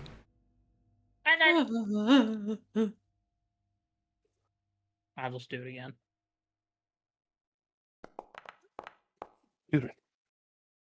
The both of you would pick up on the fact that they are the scale bound, right? She ain't got no scales. I think you both would pick up on the fact that she was plucked of her scales by the inhabitants for other powers. So that even if she is alive, it's of no use to make more scale bound, you know? Yeah. Fair. So But damn, that'd be so cool! Mhm. But yeah, I get it. Last of his kind, yada yada yada. Yeah. He does seem confident that maybe one day the world could grow more dragons like it's a fucking tree, but... Just more of them show up. I don't know. They are change manifest. Mm-hmm. As you guys walk together, I think unless you guys have anything else you wish to say, as he offers that to you, that even whenever you've passed, he does not seem confident that he will pass, based on what's happened to him. And so, unless you guys have anything else you guys want to say to him, I can move on to whenever you guys meet up. Yeah, I'm good. Perfect. I'm good, yeah.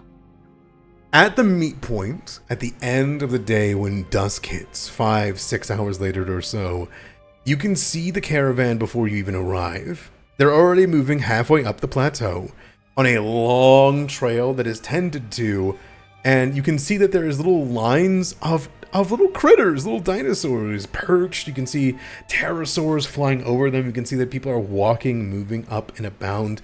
You see a lot of dinosaurs moving up and down. Some of them even squawk at you as you guys are coming off the beaten trail. One of them, this little guy seems to come up and he looks at you as though, what are you guys doing out here? You're going to get lost.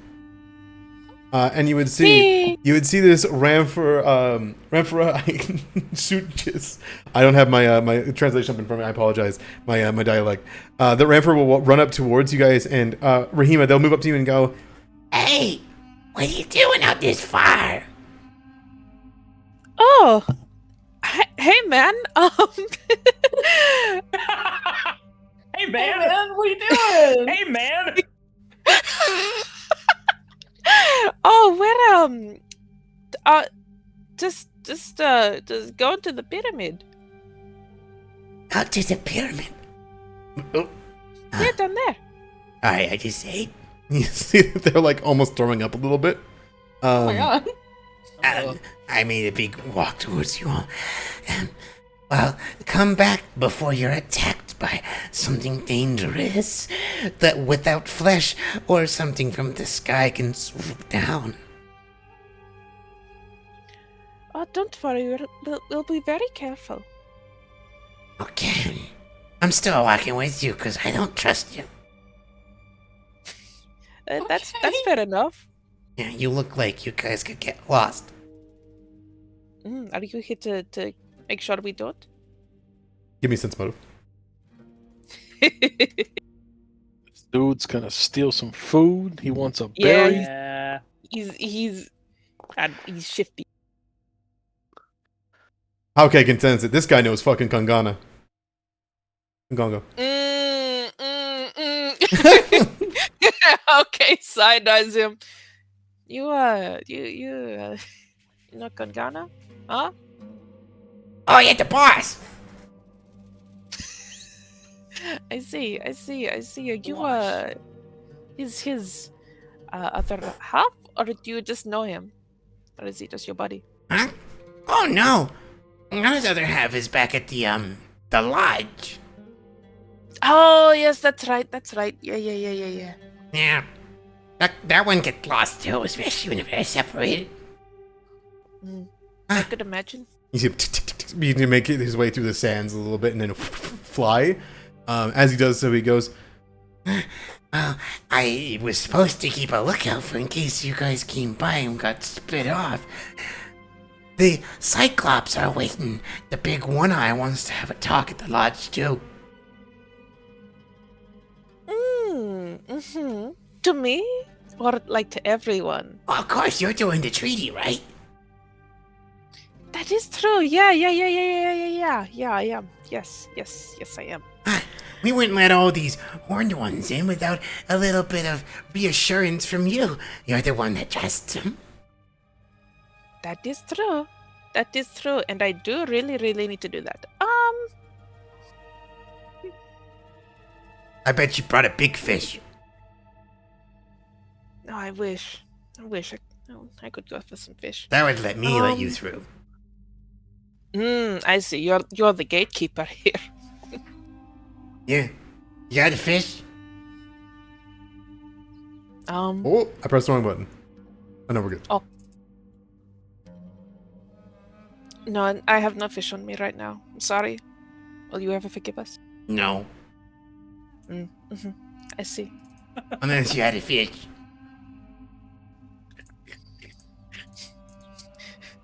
You realize you're in the desert. You're in the desert.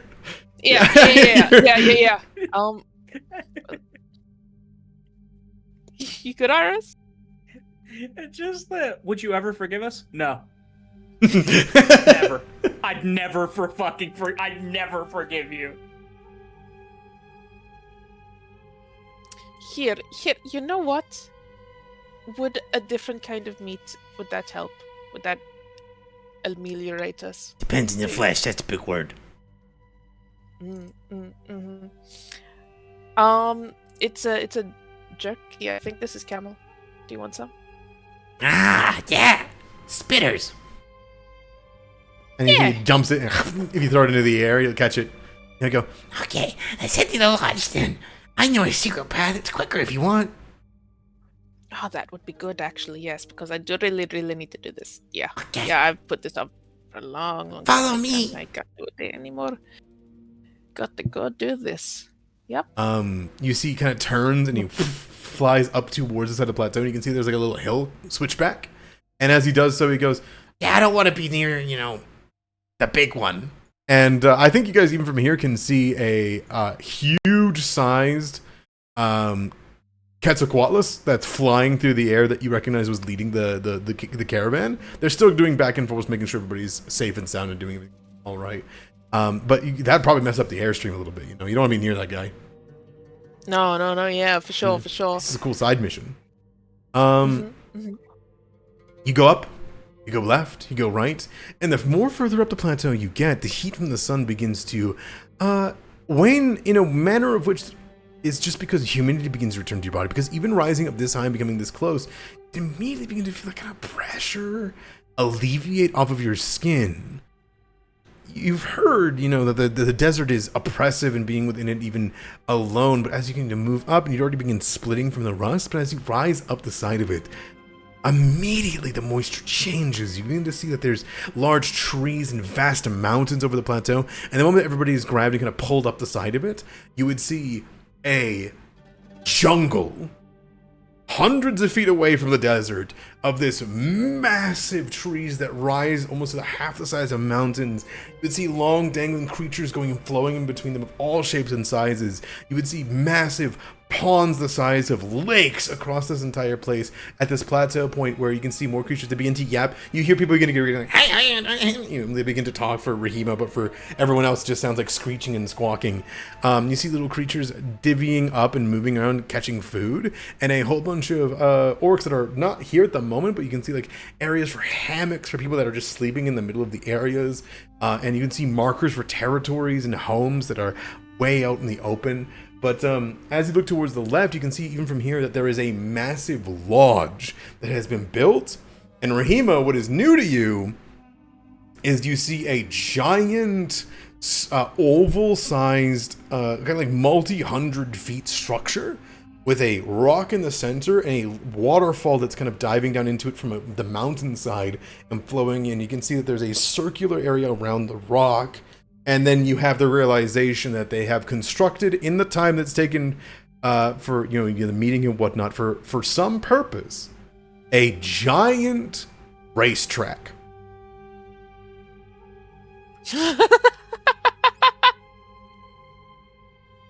And as you look down at the lodge, you can see all of the Kirat people are being guided towards the lodge and a bunch of accommodations in the distance for tonight's rest before moving on, as long as everything goes well tonight with the treaties.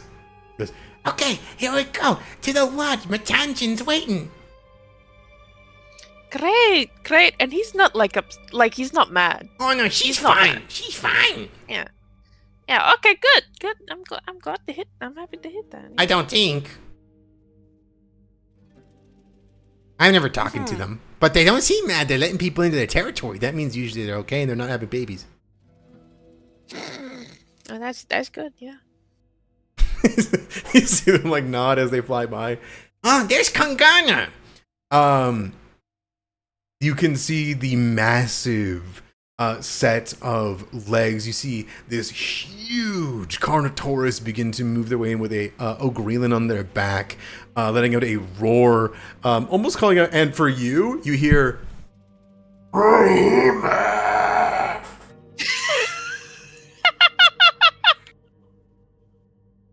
Hi, Kongana. Like she's calling back out. with Hauke, like a Yep. screech. Then you see the head of the giant Carnotaurus flip, turn, and see you kind of couple hundred feet away. For the rest of you guys who can't understand dinosaur, a massive Carnotaurus is running you guys down from a few hundred feet away. This cutie. Shit. Is this a problem? No, it's not a problem for you. It looks like a problem. It looks No, like no, one. you're That thing's fine. fucking No. mean looking. No, That's a problem no, with a lot of it's fine. teeth. Before it comes to a stop, and you see it brings down the little hand for Hauke and begins to wave it, and does a little spin, does arms up, arms down, does a little spin, starts doing a greeting. Gotta get it in. Yeah, Hauke, like he you know how birds like they'll bob their head and their like crest will fan out. His obviously his crest is like still, but like he'll flash his yeah, exactly. He'll like flash the colors of his crest. He'll bob side to side. He'll spin around as well. There's a greeting. There's a greeting happening. It is great to see you, Rahima. It is great to see you too, Kongana. It has been too long. Yes, it had. To be clear, he's speaking common. Oh. That's Kangana? Yes. I thought he was a man. It's great to meet you all. I am Kungana, the reverse soul. Ah. I think Mara is staring wide fucking eyed at this guy. Huh? Huh? I will. Reverse soul? Rahima can explain the specifics, but when I interlinked with the Silent Serpent's twin soul, it was, Kind of looks at you, Rima. It went different to how it usually goes for most people. Yeah, for sure. You're the true dance. You are the same one. Oh, no. My twin soul is, Is there an orc with the soul of a Carnotaurus in it? running Nods. around? Nods. You see? Yeah, Nods Rima three also times. nods. Nods 3 times. So.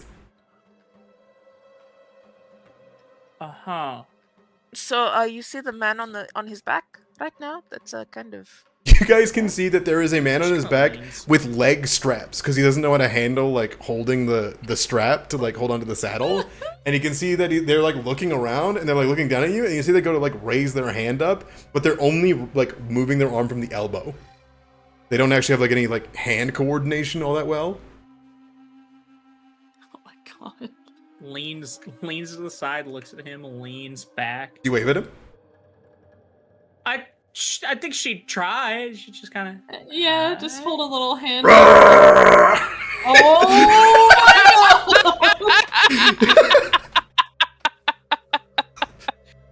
I gotta gotta tell you, out of everything we've been doing so far today, this is the most lost I've been. I am to bring you to the lodge. You are challenged, Rihima.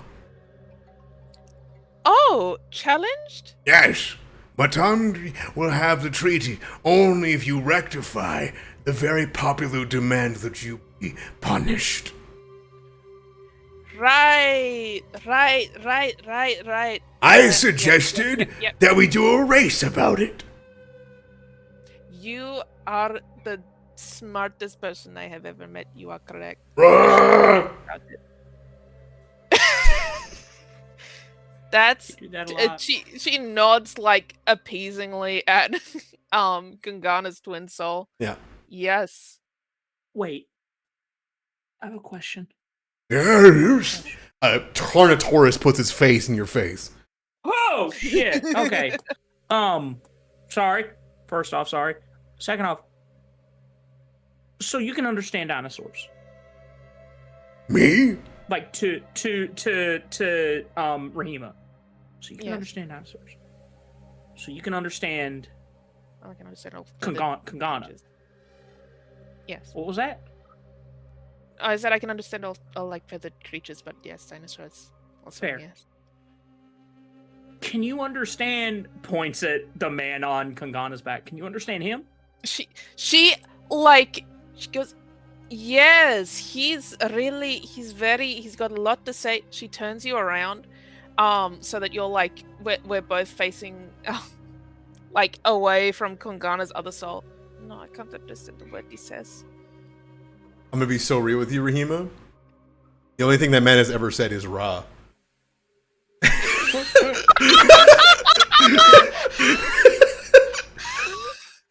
Okay.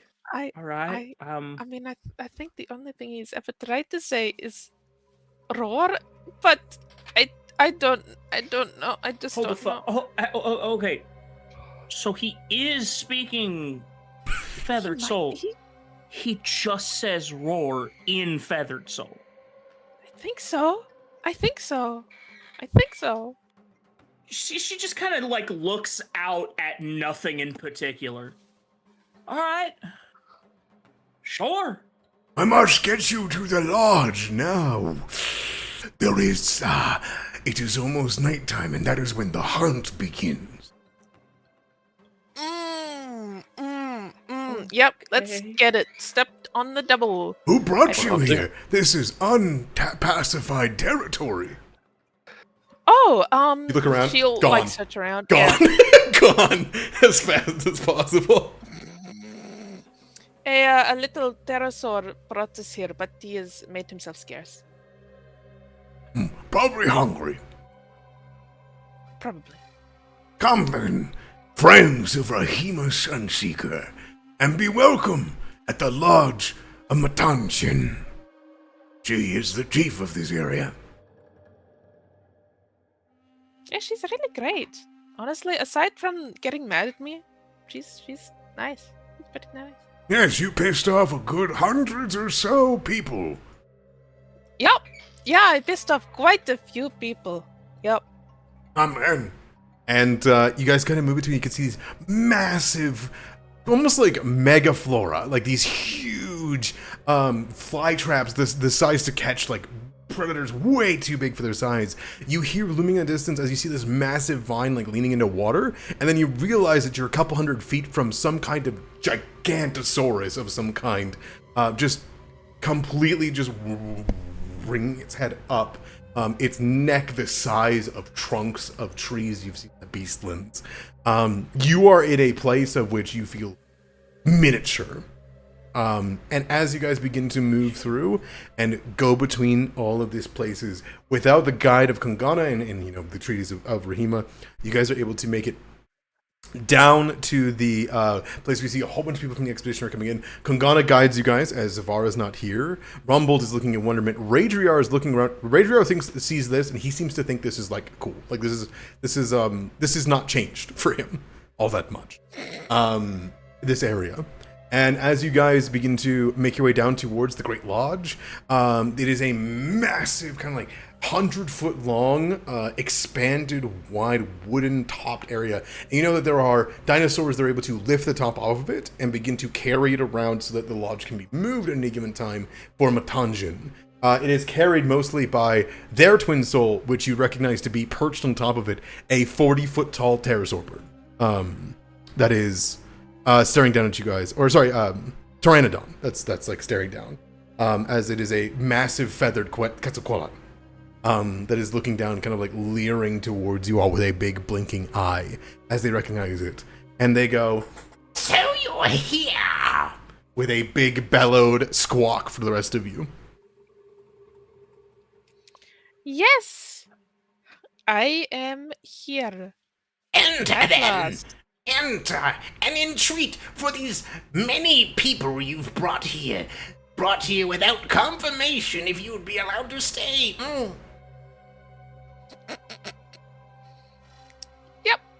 Yep. She will go on inside. This place is filled with warmth, food, orcs of all shapes and sizes, warriors, scholars, racers. You see Kangana kind of duck underneath the massive, his head underneath, and go to sit at the side of a throne made from multiple twin souls of the chiefs, both orc and dinosaur head. And sitting within the throne, staring at you, continuing the conversation because she's already been having, because she's the same creature, you would see Matanjin wielding the great knotted staff and the flame in her hand as she looks at you and points and says, "There you are." And that's where we'll come back next week. I hope you guys have enjoyed Rahima. She's gonna die. Dude, she's such a bad bitch, though. True. I have been charged with saving you from certain doom. But man, you might have to go on your own. Yeah, I don't know, man. I'll try my best, but I don't think I can arbiter my way out of this one. Anna Sutta claps a hand on your back. It's all you. Everyone just like exits the building. Look at all these dinosaurs. Look at all these little guys. It's so, Oh, this they room is so look fucking so cool. good. I need to be clear that they're all sitting in little chairs having conversations with each other. Thank Hell goodness. fuck yes. Conversing. Hell yeah, fuck yeah. But I knew we were over time. I want to get you guys here. You guys are going to get night's rest no matter what in this place. So you guys can go ahead and level up and do the night's rest because it is the middle of the night. You're not going to have to. You're not going to do the race in the middle of the day if Rahima accepts the race.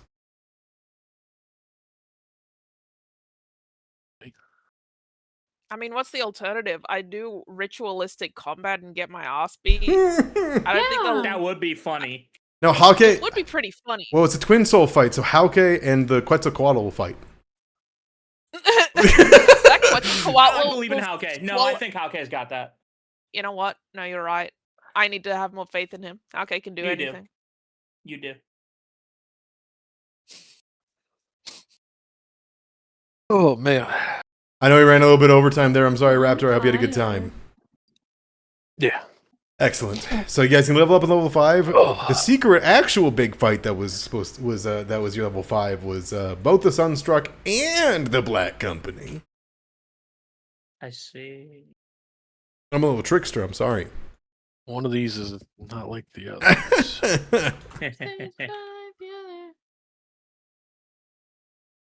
It was the like you didn't say they were Black Company at first. The moment you popped up the art, I recognized it Yes. from, and I immediately went, "Oh no, oh shit."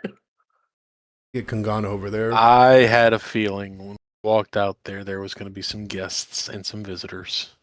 I did too. I had a little bit, but I was hoping. You know, I was really worried how that would go if you guys didn't befriend Radrion. But I think you guys could have like pulled out the initiative stops. You guys could have relied on the initiative rolls, and there was a chance you could have saved him. It just would have been 2 chance. Mm-hmm.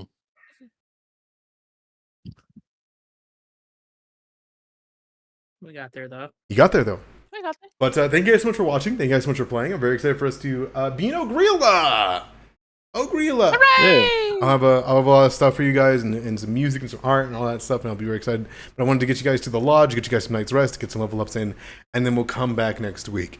Thank you guys so much for playing. Again, thank you so much for watching. We're going to end off here. Anybody else got anything to say before we end off?